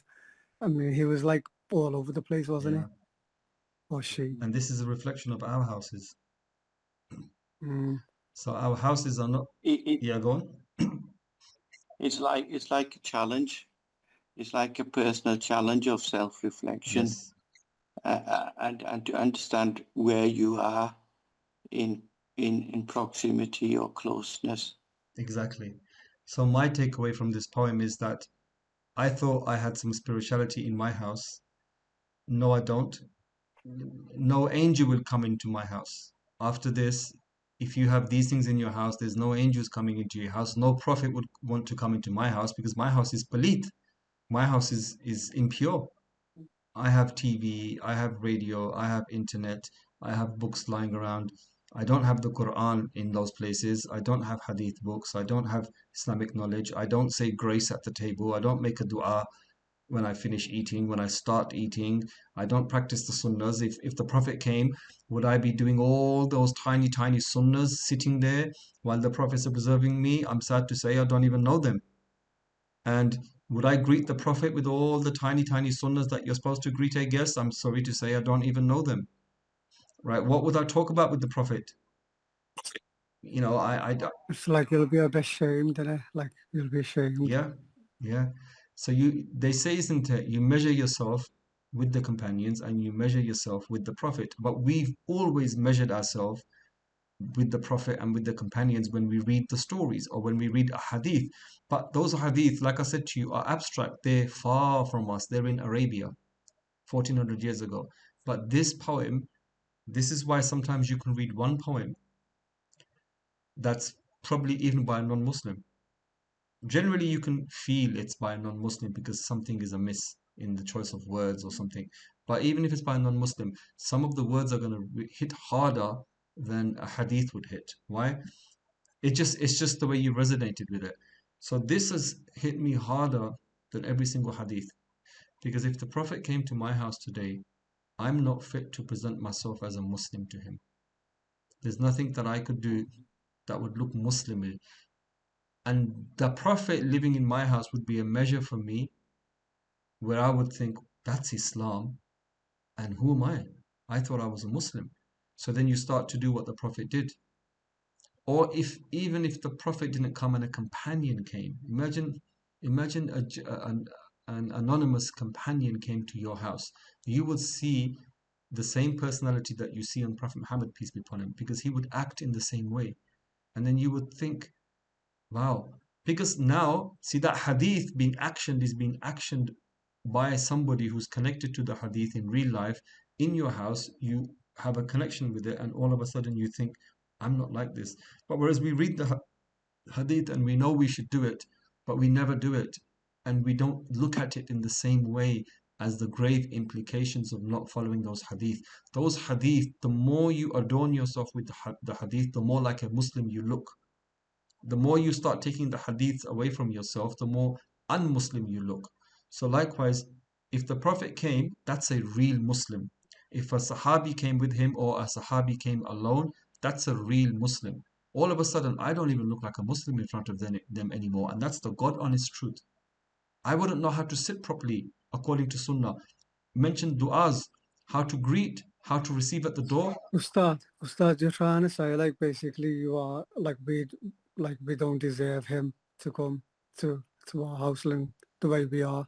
We don't deserve it, and we're not like a good enough host to even host like someone like the Prophet ﷺ or even one of his companions. What you've just said actually is so interesting. People yearn for Prophet Muhammad, peace be upon him, to come to you in his dream. But you just said that we don't deserve him. And you're absolutely right. We don't deserve him. We're too dirty for him to come into our dream. You know, you're sleeping somewhere. You're probably going to be in your own house, and you want the Prophet, peace be upon him, to come in to your dream, into your house, when your house is polluted, your mind is polluted, your soul is polluted. That's a very strong point you just made there. I didn't think of it that way. So this is why poetry is awesome, and this is why you should read single poems and then discuss the poems. And each person has a different input. Like the input that Nasser just gave, very interesting. The input Shahid just gave, very interesting. And my input was a bit different, very interesting for everybody. And you take all of it together and then measure yourself. This is why I've kept this poem for the last 25 years. Since age 23, I've had this poem. Did you write that? No, I didn't write this one. This one is anonymous. I don't know who wrote this one. This was in the early days of the internet. I collected whatever was out there, and I made a web page. If I give you the Wayback web address, you can see it. And all of these poems, I used really nice imagery for them as well. So it's quite nice. I probably will do that. But I kept them for their strong meanings. What resonated with me? Operation Death resonated with me. This resonated with me. The other poems on Ustad, another thing I noticed in that poem, yeah, it's written in a way like he's asking you questions, you know, a bit like the way the Quran, the way the Quran is, Allah's always asking questions, isn't he? Yes. So if you look at the poem, a lot of it is like a question to you. And when it's put like that, it makes you think, doesn't it? Yes. He's basically shaming you tongue in cheek, right? Like at the end when he says, it might be interesting to know the things that you would do if the Prophet Muhammad in person came to spend some time with you. I would fail in everything. I'm just a shameful hypocrite. That's balit, that's nabaq, that's dirty. Because I literally feel now, if the Prophet was to, because we never think this, if the Prophet, peace be upon him, was to walk through my door, that aura, the aura of the Prophet would be so powerful and so pure, but my aura is dirty. I listen to music, I watch TV, I backbite, I'm not nice to people. So my aura is filthy. And that my aura is going to mix with the Prophet's aura. Straight away, he's going to know who I am. And his aura is going to be overwhelming for me. And I don't want his aura to touch me, because his aura, even though this is the greatest wish of any human being, that your aura touches the Prophet's aura. But his aura is pure and mine is impure. I don't want to mix my impure aura with the Prophet's pure aura. Right? So yes, we would wish on a spiritual level, you would wish, if you are true to yourself, you'd say, no, not now, O Prophet of Allah, give me 2-3 months to purify myself. Then only then come. But then it's too late. These chances don't come every day. I did write poetry on Prophet Muhammad, peace be upon him, and we will start reading it soon, inshallah, when I start giving you a lot more exercises on poetry. Let's do one last one, and then we can call it a night, inshallah.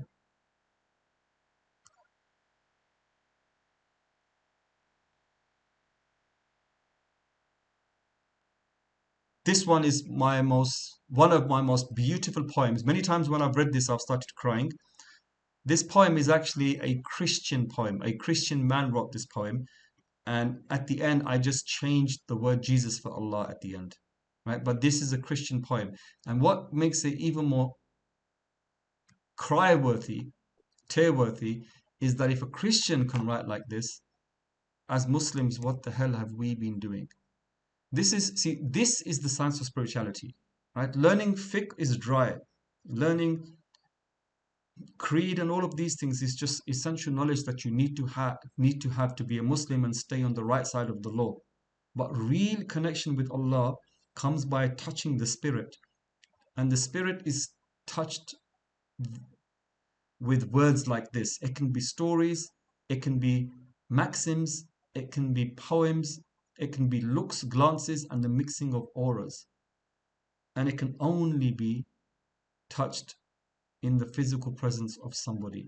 So like we are now here remember I mentioned last lesson, we are here in a physical, it's like we're physical because our auras are not in the physical realm, they're in some other realm. So my aura will come to you, your aura will come to me. Yes, it's not going to be as strong as if I was right in front of you, because then there is the physical as well as the aura. At the moment, it's just the aura and the voice, but still, it will have an impact. And what this does is, everybody, we have blackness on our hearts. Our level of spirituality, we get used to it. We get used to it so much so that we think that we're okay, and we compare ourselves always to lesser people. In Islam, you're supposed to compare yourself to higher people. It's very easy for us to compare ourselves with lesser people. It's just the way of your fitra works, your soul works, your nafs works. So, and then the blackness and the heaviness we carry, it becomes normal. The weight that I'm carrying, I can't see it. Because if you've got dirt on your clothes, if I take you farming, yeah, the first day you'll smell of cow pat, you'll hate it, you'll bath yourself, and 80% of the smell will go, 20% will remain. The next day you're out there again, you're smelling of cow pat, you'd bath yourself. By the end of the week, you will no longer smell the cow pat. The world will see you stinking, but you no longer will smell. And you'll start to carry, the first day you'll clean the shit off your clothing. The second day you'll clean it off. The third and fourth and fifth day you won't even bother. It just becomes normal. And our caked souls, our caked hearts, our black hearts, the weight of them we can no longer feel. The tiny, tiny, tiny light that penetrates, we think that's a lot. We've never been blown away with spiritual light because our hearts are not pure to reflect it. They're encased in rust and darkness, as the hadith mentions. So reading this poem is basically tapping like the raven, tapping at your nafs. With each tap, a tiny flake of rust goes away. But if your rust is several inches deep, a bit of tapping is not going to work. You need a year or two of tapping, continuous tapping in good company. And with a Sīrah reading, not a critical Sīrah reading, but with a Sīrah reading of Martin Ling's from beginning to end. Martin Ling's Sīrah, by the way, no other Sīrah. That's enough spiritual tapping for you for a 2-month period, if we did that. But we're not going to do that because our class is a bit more interactive.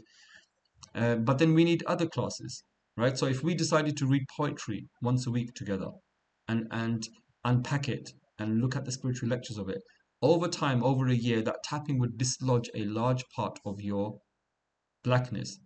And then, like the electricity that I mentioned to you last time, if you look at slow motion electricity, it's coming down, but then there's also something coming the other way, right? So now the light is penetrating, but your light that's hidden, the light of your soul that's hidden behind there, is also penetrating out, and it's connecting. So this poem should have a powerful impact on you. If it doesn't, that's a reflection of our soul. But this is one of the most beautiful poems that I've read. Oftentimes it's reduced me to tears, right? But obviously my state is not so good now. I'm alone, away from everybody. I don't have sohbah, spiritual sohbah. I'm no longer studying spirituality. I'm focusing on other things. I have no checks and balances in my life. I wake when I want, sleep when I want. That's weak. That's strengthening my nafs and weakening my ruh, where it's supposed to be the other way around. So now this poem doesn't have that effect on me anymore, right? And then the more a poem has an effect on you, the more secrets you take away from that poem. It's like if I'm banging, this poem is like a hammer banging against your stone heart, your iron heart. It's not doing anything. But if I started sandpapering this poem one rub at a time until I got to what's below, this poem's touched your heart physically, and you're unpacking more than the literal. You just go into levels and levels and levels. This is the beauty of poetry, and this is the beauty of spirituality, and it's wonderful. So let's read the spiritual state of this Christian man. I want so there's like verses in 4 lines each, and can I have the 2 girls reading, please? So let me just make it a bit.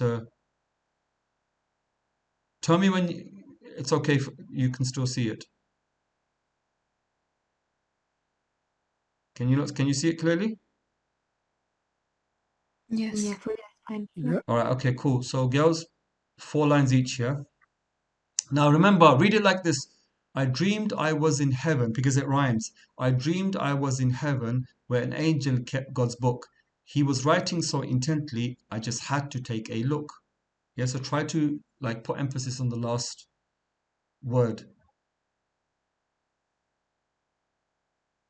Ready?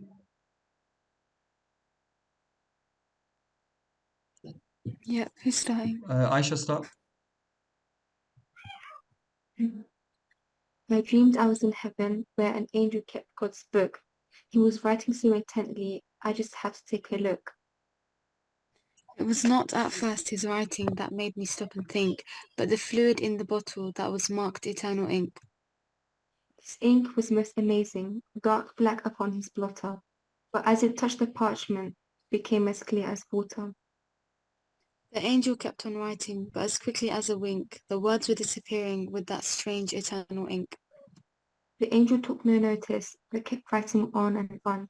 He turned each page and filled it, till all its space was gone. I thought he wrote to no avail, his efforts were so vain, for he wrote 1,000 pages that he'd never read again. And as I watched and wondered that this awesome sight was mine, I actually saw a word stay black as it dripped upon the line. As it dried upon the line. The angel wrote, and I thought I saw a look of satisfaction. At last he had some print to show for all his earnest action.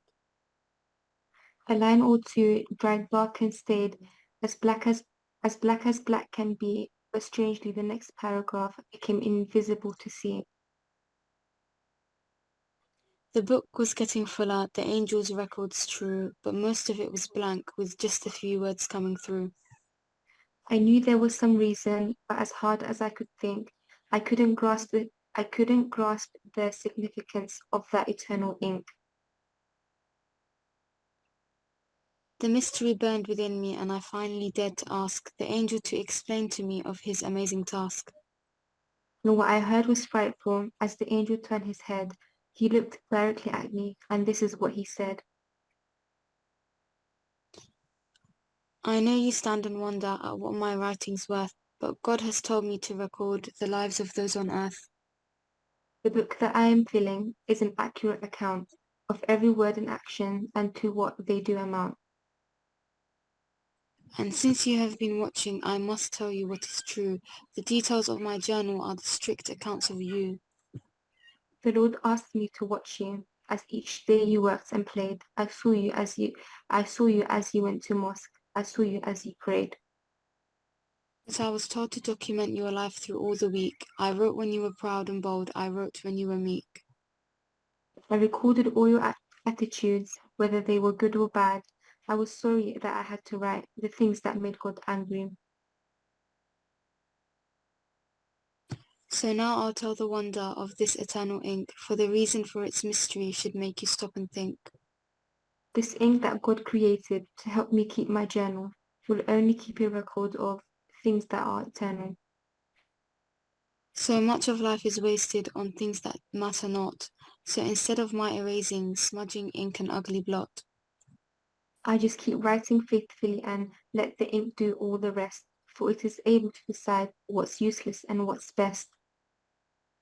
And God ordained that as I write, of all you do and say, your deeds that count for nothing will just disappear away.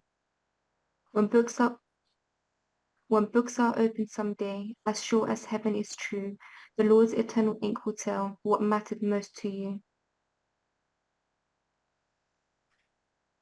If you just live to please yourself, the pages will be bare, and God will issue no reward for you when you get there. In fact, you'll be embarrassed. You will hang your head in shame because you did not give yourself in love to God's name. Yeah, maybe there will be a few recorded lines that stayed, that showed the times you truly cared, sincerely loved and prayed. But you will always wonder as you enter heaven's door how much more glad you wouldn't have been if only you'd done more. For I record as God sees, I don't stop to even think, because the truth is written with God's eternal ink. When I heard the angel's story, I fell down and wept and cried, for as yet I still was dreaming, I hadn't really died. And I said, O angel, tell the Lord that as soon as I awake, I'll live my life for God. I'll do all for his dear sake. I'll give in full surrender. I'll do all he wants me to. I'll turn my back on self and sin and whatever isn't true.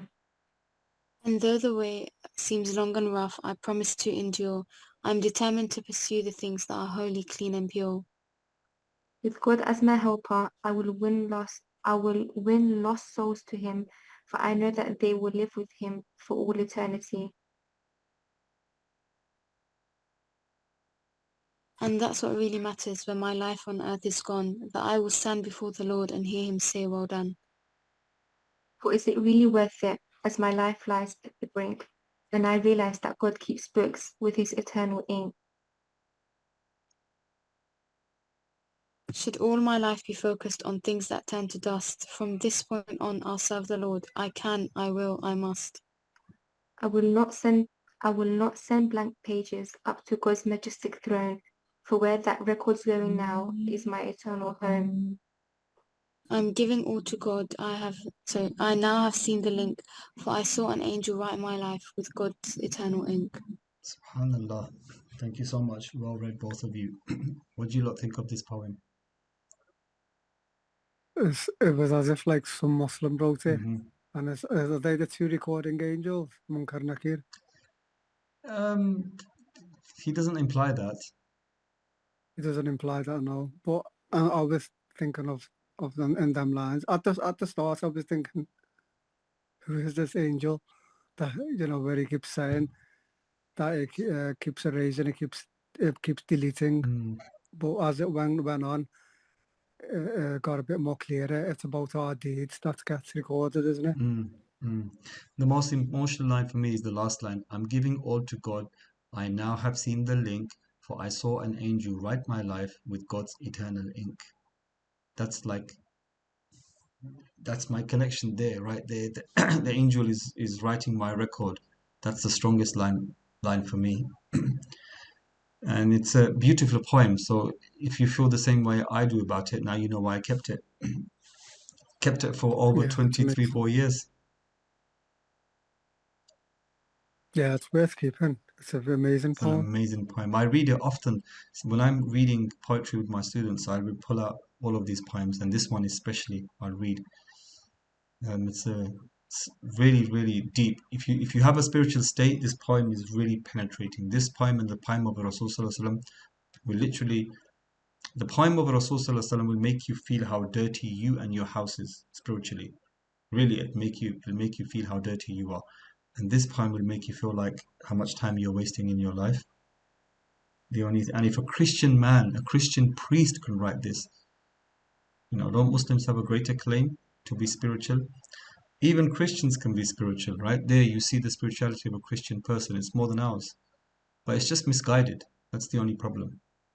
They believe in God, and then here was Jesus Christ. You can even see where a few lines are Christian type, like where it says, I'll do all for his dear sake. And there's another line here somewhere.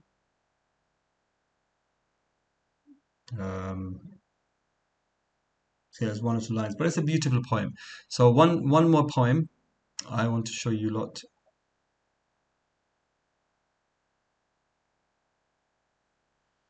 Not this one. This one here. Can we have Nasser and Shahid read, please? 2 lines each. Let me make it a bit small. Can you lot still see, or should I make it bigger? A little bit bigger, please. That's okay. That's fine. Okay. Who's going first? Shahid, you go Shahid. first, yeah? Yep. Is it 2 lines each or 2 sentences 2 lines each. Or two lines? As I wait on the park bench for my true love, I look at the posy of flowers in my hand and smile. I go over in my head again what I will say to the excitement makes the posy quiver in my Oh hand. my God, you know what? I edited this myself, thinking there's a mistake. Okay. I'll go over my head. Okay. Okay, I'll repeat. Wait, sorry. over It my should be head. like this. Should be like this, yeah. Okay. I go over my head again what I will say. The excitement makes the posy quiver in my hand. I look around the beautiful green park, the benches and a sheltered corner under a flowering tree. The sun is shining and it's a beautiful day. Birds in the sky sing beautiful melody. We always meet here, I and her. Many a lovely conversation have we had. Lifelong pledges, declarations and more. We planned our life sitting on this bench. Sometimes a quick hug, a stolen kiss, forever looking at her longingly here on this bench. I look at the flowers and wonder where she is. She is running late, not like her to be late. I watch the children play to pass the time. The sun is low on the horizon now. Still my love has not arrived. A cold feeling starts to grow in my heart. Where is she? Why is she not here? With a weary arm I keep the flowers straight, not wanting to crease the petals or stems. A cold wind has picked slowly. It plays around the bench and tickles the flowers. I look at the park and see people leaving. It's almost evening and time to go. A sadness takes hold more firmly now. Where is the love of my life? Why hasn't she come? I watch the last of the people leave, alone in the park, alone on the bench. I wait still, for I know she will come. She will come. I know she will. The sky clouds over. The last bird is called. A slight drizzle begins to fall. I huddle tighter, holding the flowers to my breast. An awkward sight sitting in summer dress on a lonely bench. Tears begin to flow from my eyes. Where is she? Why hasn't she come? I know she will appear any second now. All in a huff she will say, sorry, I am late. She will throw her arms around my neck, kiss my cheek and wipe my tears. A cold wind begins to blow. The drizzle mixes with my tears. I look at the flowers. They are all withered and soggy. The wind plucks a few petals away. Looking around the cold dark park one last time, with a heavy sigh and even heavy heart, I close my eyes. I arise not wanting to leave. I look at the flowers all withered and torn. I walk out of the park all alone and numb. She never come back after that day. But my love is true, and I know she is too. Someday she will return. That much I know. I wait for her with a longing heart. She will come. I know she will. I keep the flowers in a safe place. to give to my true love when she comes. What do you lot think? Yeah, it's a bit sad. You know what? I need to edit this. I wrote this. Okay, it's sad because obviously he's waiting for his lover to come, but she's not turning up, and he's just feeling he's like despairing, but at the same time he's trying to keep like hope that she does turn up, but he's just hanging on in there. But I'm thinking, like, what's going on? Why isn't she coming? But he's trying to convince himself that she will. A lot's going through his mind, but I don't think he gives up in the end. He still has a bit of hope. I could see the mistakes in this now. I wrote this in 2013. This needs editing. It's quite a while ago, isn't it? 12, 11, 12 Yeah, years ago. yeah, it's a long time ago now. Yeah, I mean, I just put this in. I just threw this in there because sometimes I write poetry as well. Obviously, it's not on the standard of anybody else, but it's just my two-bit attempt. But it's a nice poem. Right. Thank you very much for that, Nasser. Any questions before we go? Yes, I had a question about just this poem that being read. Is the lover dead? Or is it actually that it's the fact that he was stood He up? was stood up. She just didn't come back. That's quite sad. Yeah. He's obviously still waiting for her. He still has the flowers, hoping because of the promises she made him, but he doesn't see the reality that she's gone. She just is no longer interested, and she's never gonna come back. So But he still doesn't. But he doesn't give he up, does doesn't. he? Because that's why But he has the flowers. he said, isn't it? He said his Thinking love it's is gonna. true, right? Yeah, and he hides the flowers in a Yeah, safe place at to the give to end, my doesn't true he? love when she comes. But my love is true, Yeah, so he's not. and I know she is too. So he's not giving up, though, Yeah, has he? He's still not giving up. he's not giving up, but he's foolish, really. But it's just a foolish love story. I mean, most of my poems are sad. Maybe that's a reflection of my inner state, I don't know, but I just like sad poems. I don't like my stories and my poems are mostly sad because happily ever after and happy endings are boring. It just ends and that's it. You know the ending and it's Yeah. happily ever after and the end. But whereas with sadness, it's always left open. So like Mariam just pointed out something. She saw that in the openness. So that's why I just like to leave my poems sad because it makes you think, right? There's an art form called sensationalism. It's a late Victorian art form where they would deliberately write in a way that would pull at your heartstrings, sensationalist writing, and it's been criticized. Yeah. But sad poems or sad songs or whatever, you tend to you remember tend them to more, don't remember you? them, right? Yeah. Yeah, like films, even like for example, Titanic. People remember that like Yes. quite a lot, don't they? Because of the way it ended. Yes, exactly. So this is why I write sad. A lot of my poems, and I will present some inshallah we're all gonna write. So I'll just take the liberty to present some of my other poems and then you'll see. And one or two of them, the ones that are a bit spiritual, we'll try to unpack them as well and see what they mean. But the thing is that once you learn to unpack a few, the others become a bit more easier. Maybe I should have shown you my ones first before showing you Rumis and then unpacking Rumis. But we will look inshallah. So any other questions?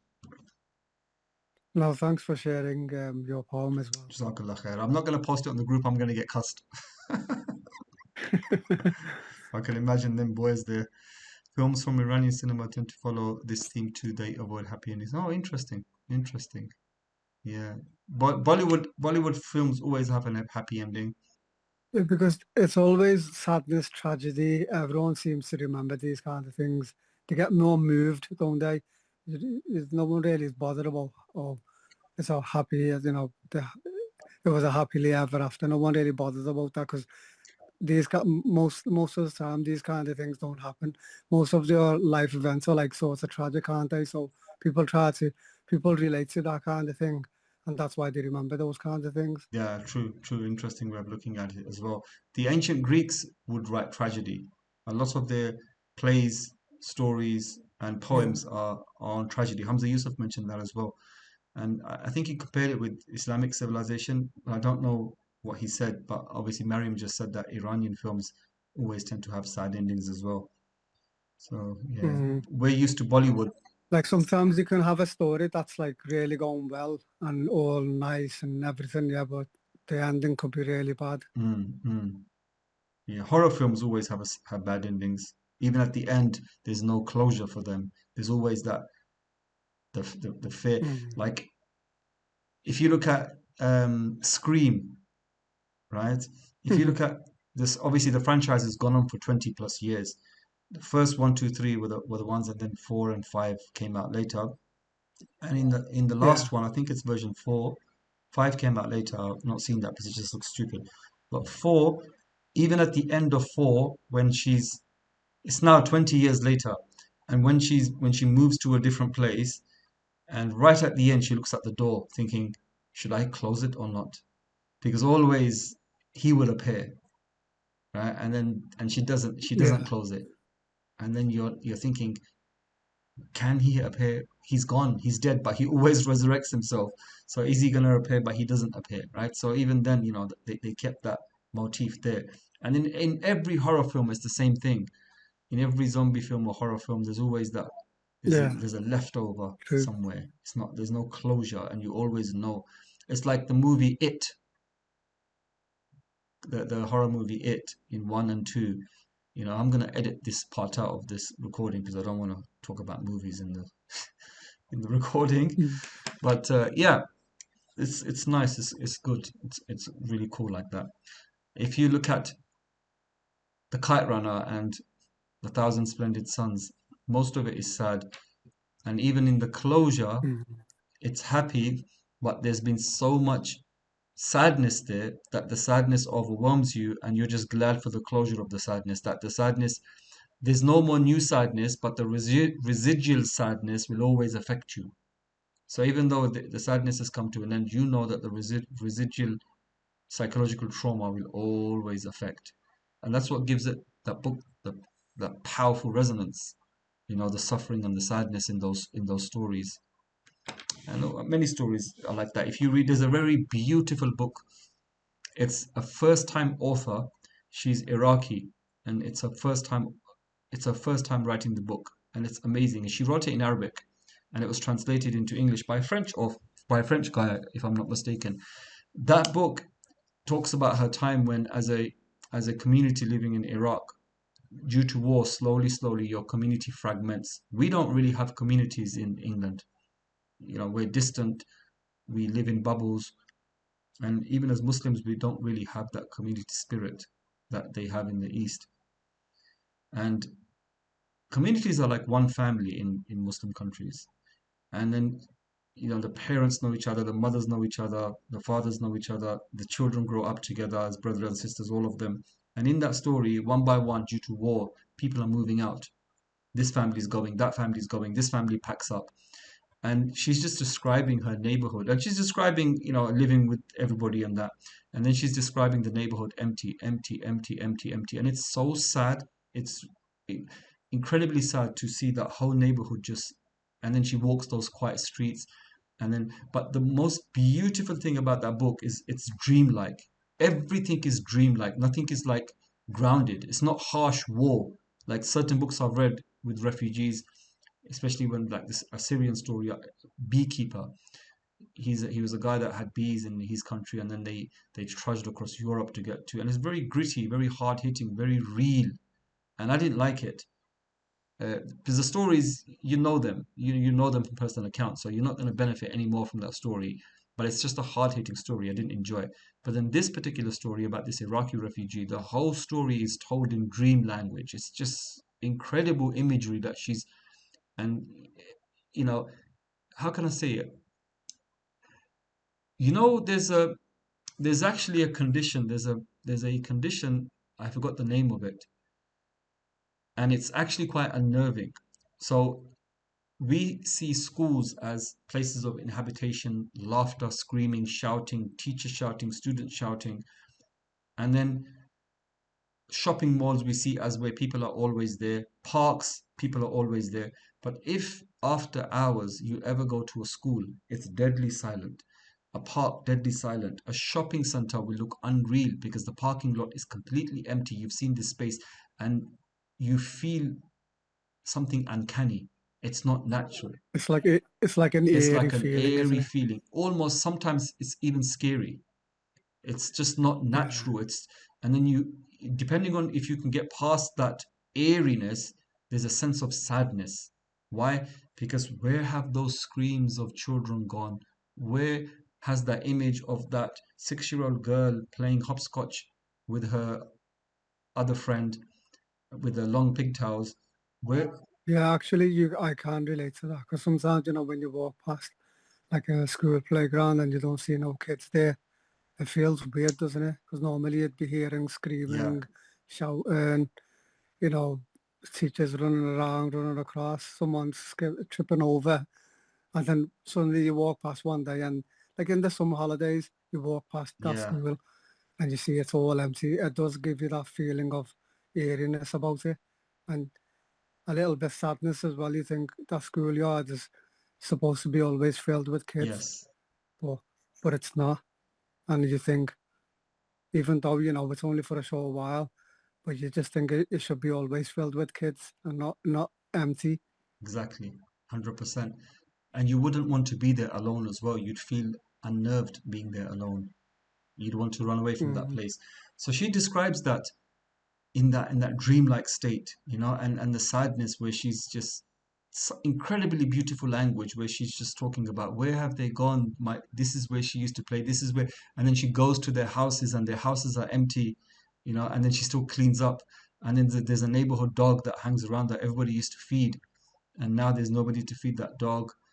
And it's just incredibly beautiful. I'll try to find the name and I'll post it on the group if you can read it, right?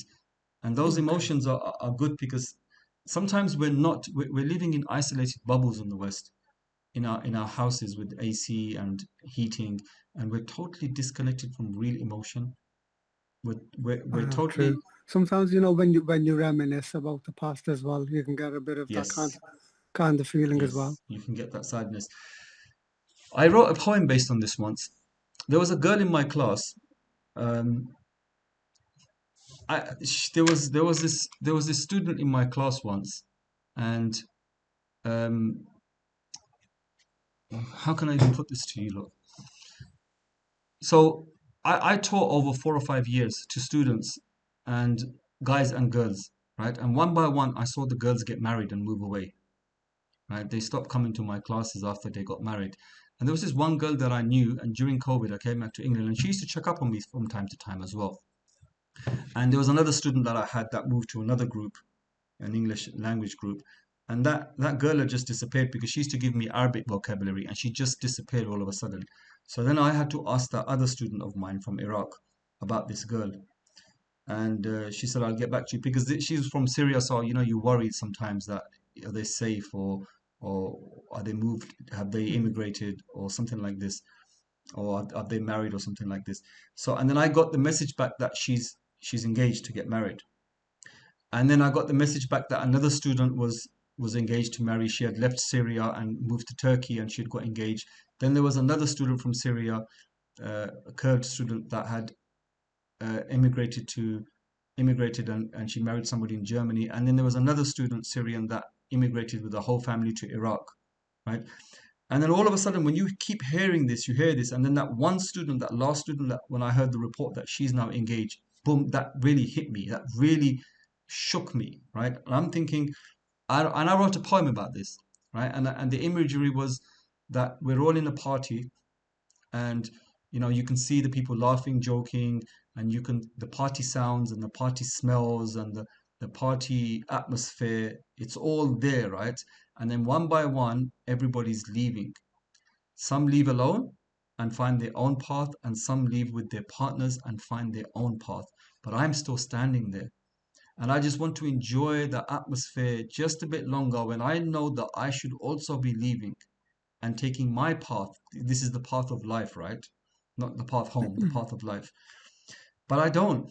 I'm just frozen to the spot and I'm just watching everybody leave and I'm watching this party atmosphere go quieter and quieter.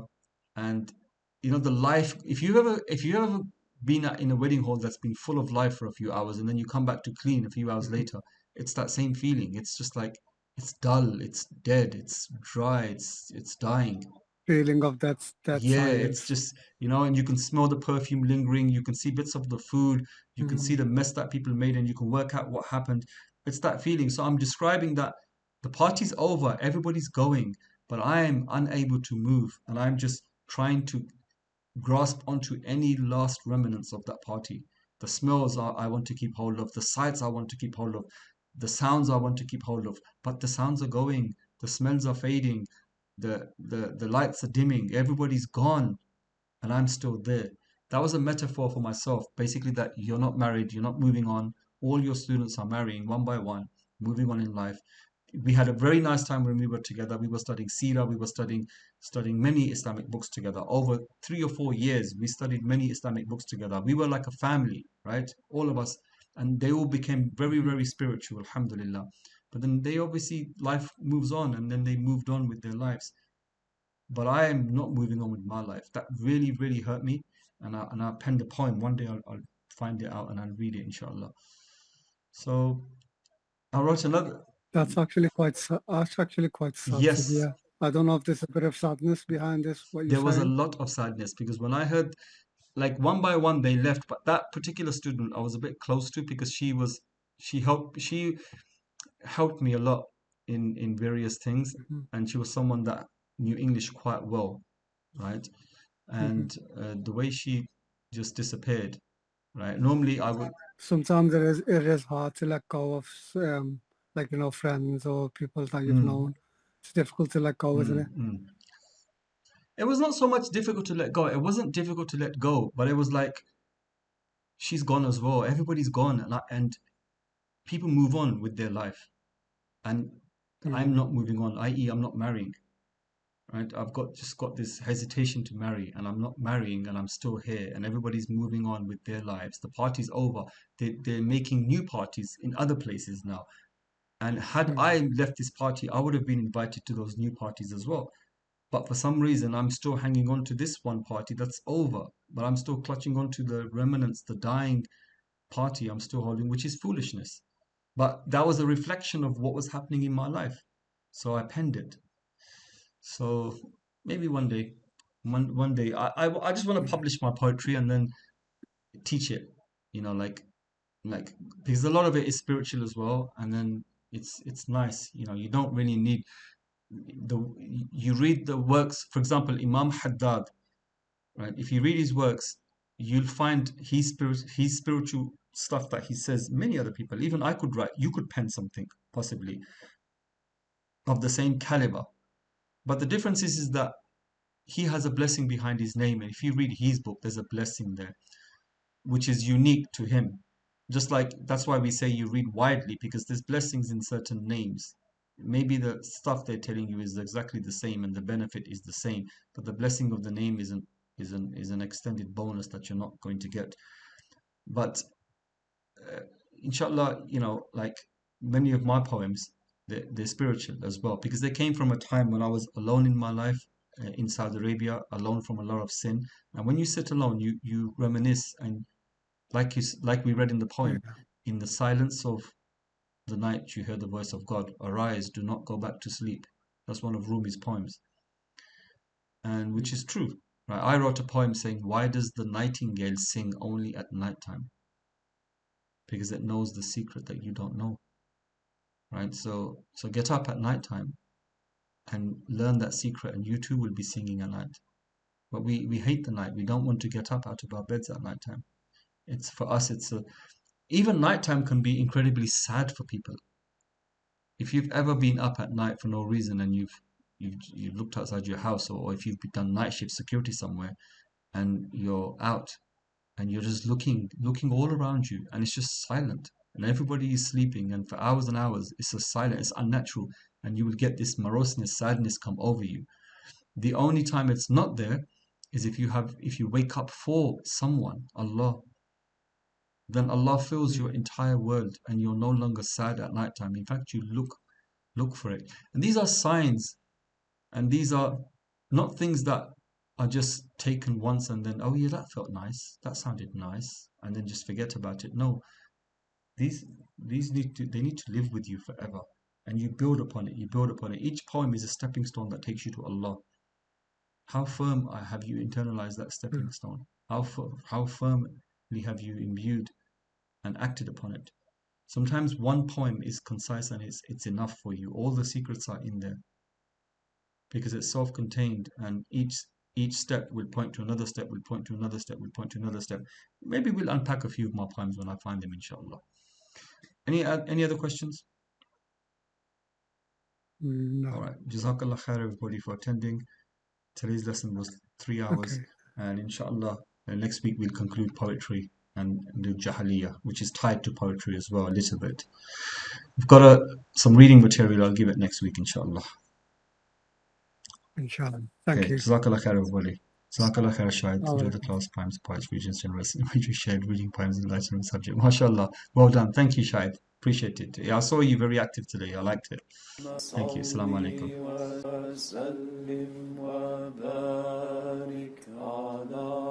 سيدنا محمد وعلى آله عدد كمال الله وكما يليق بكماله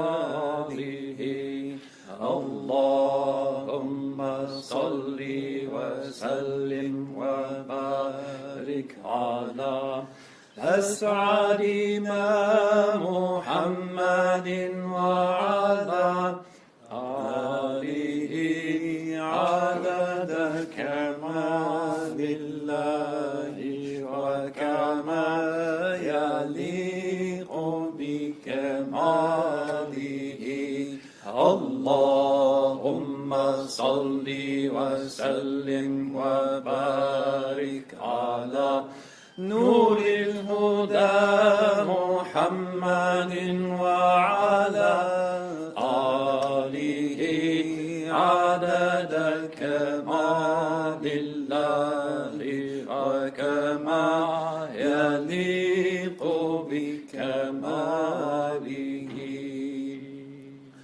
اللهم صل وسلم وبارك على سيدنا محمد وعلى آله وصحبه وسلم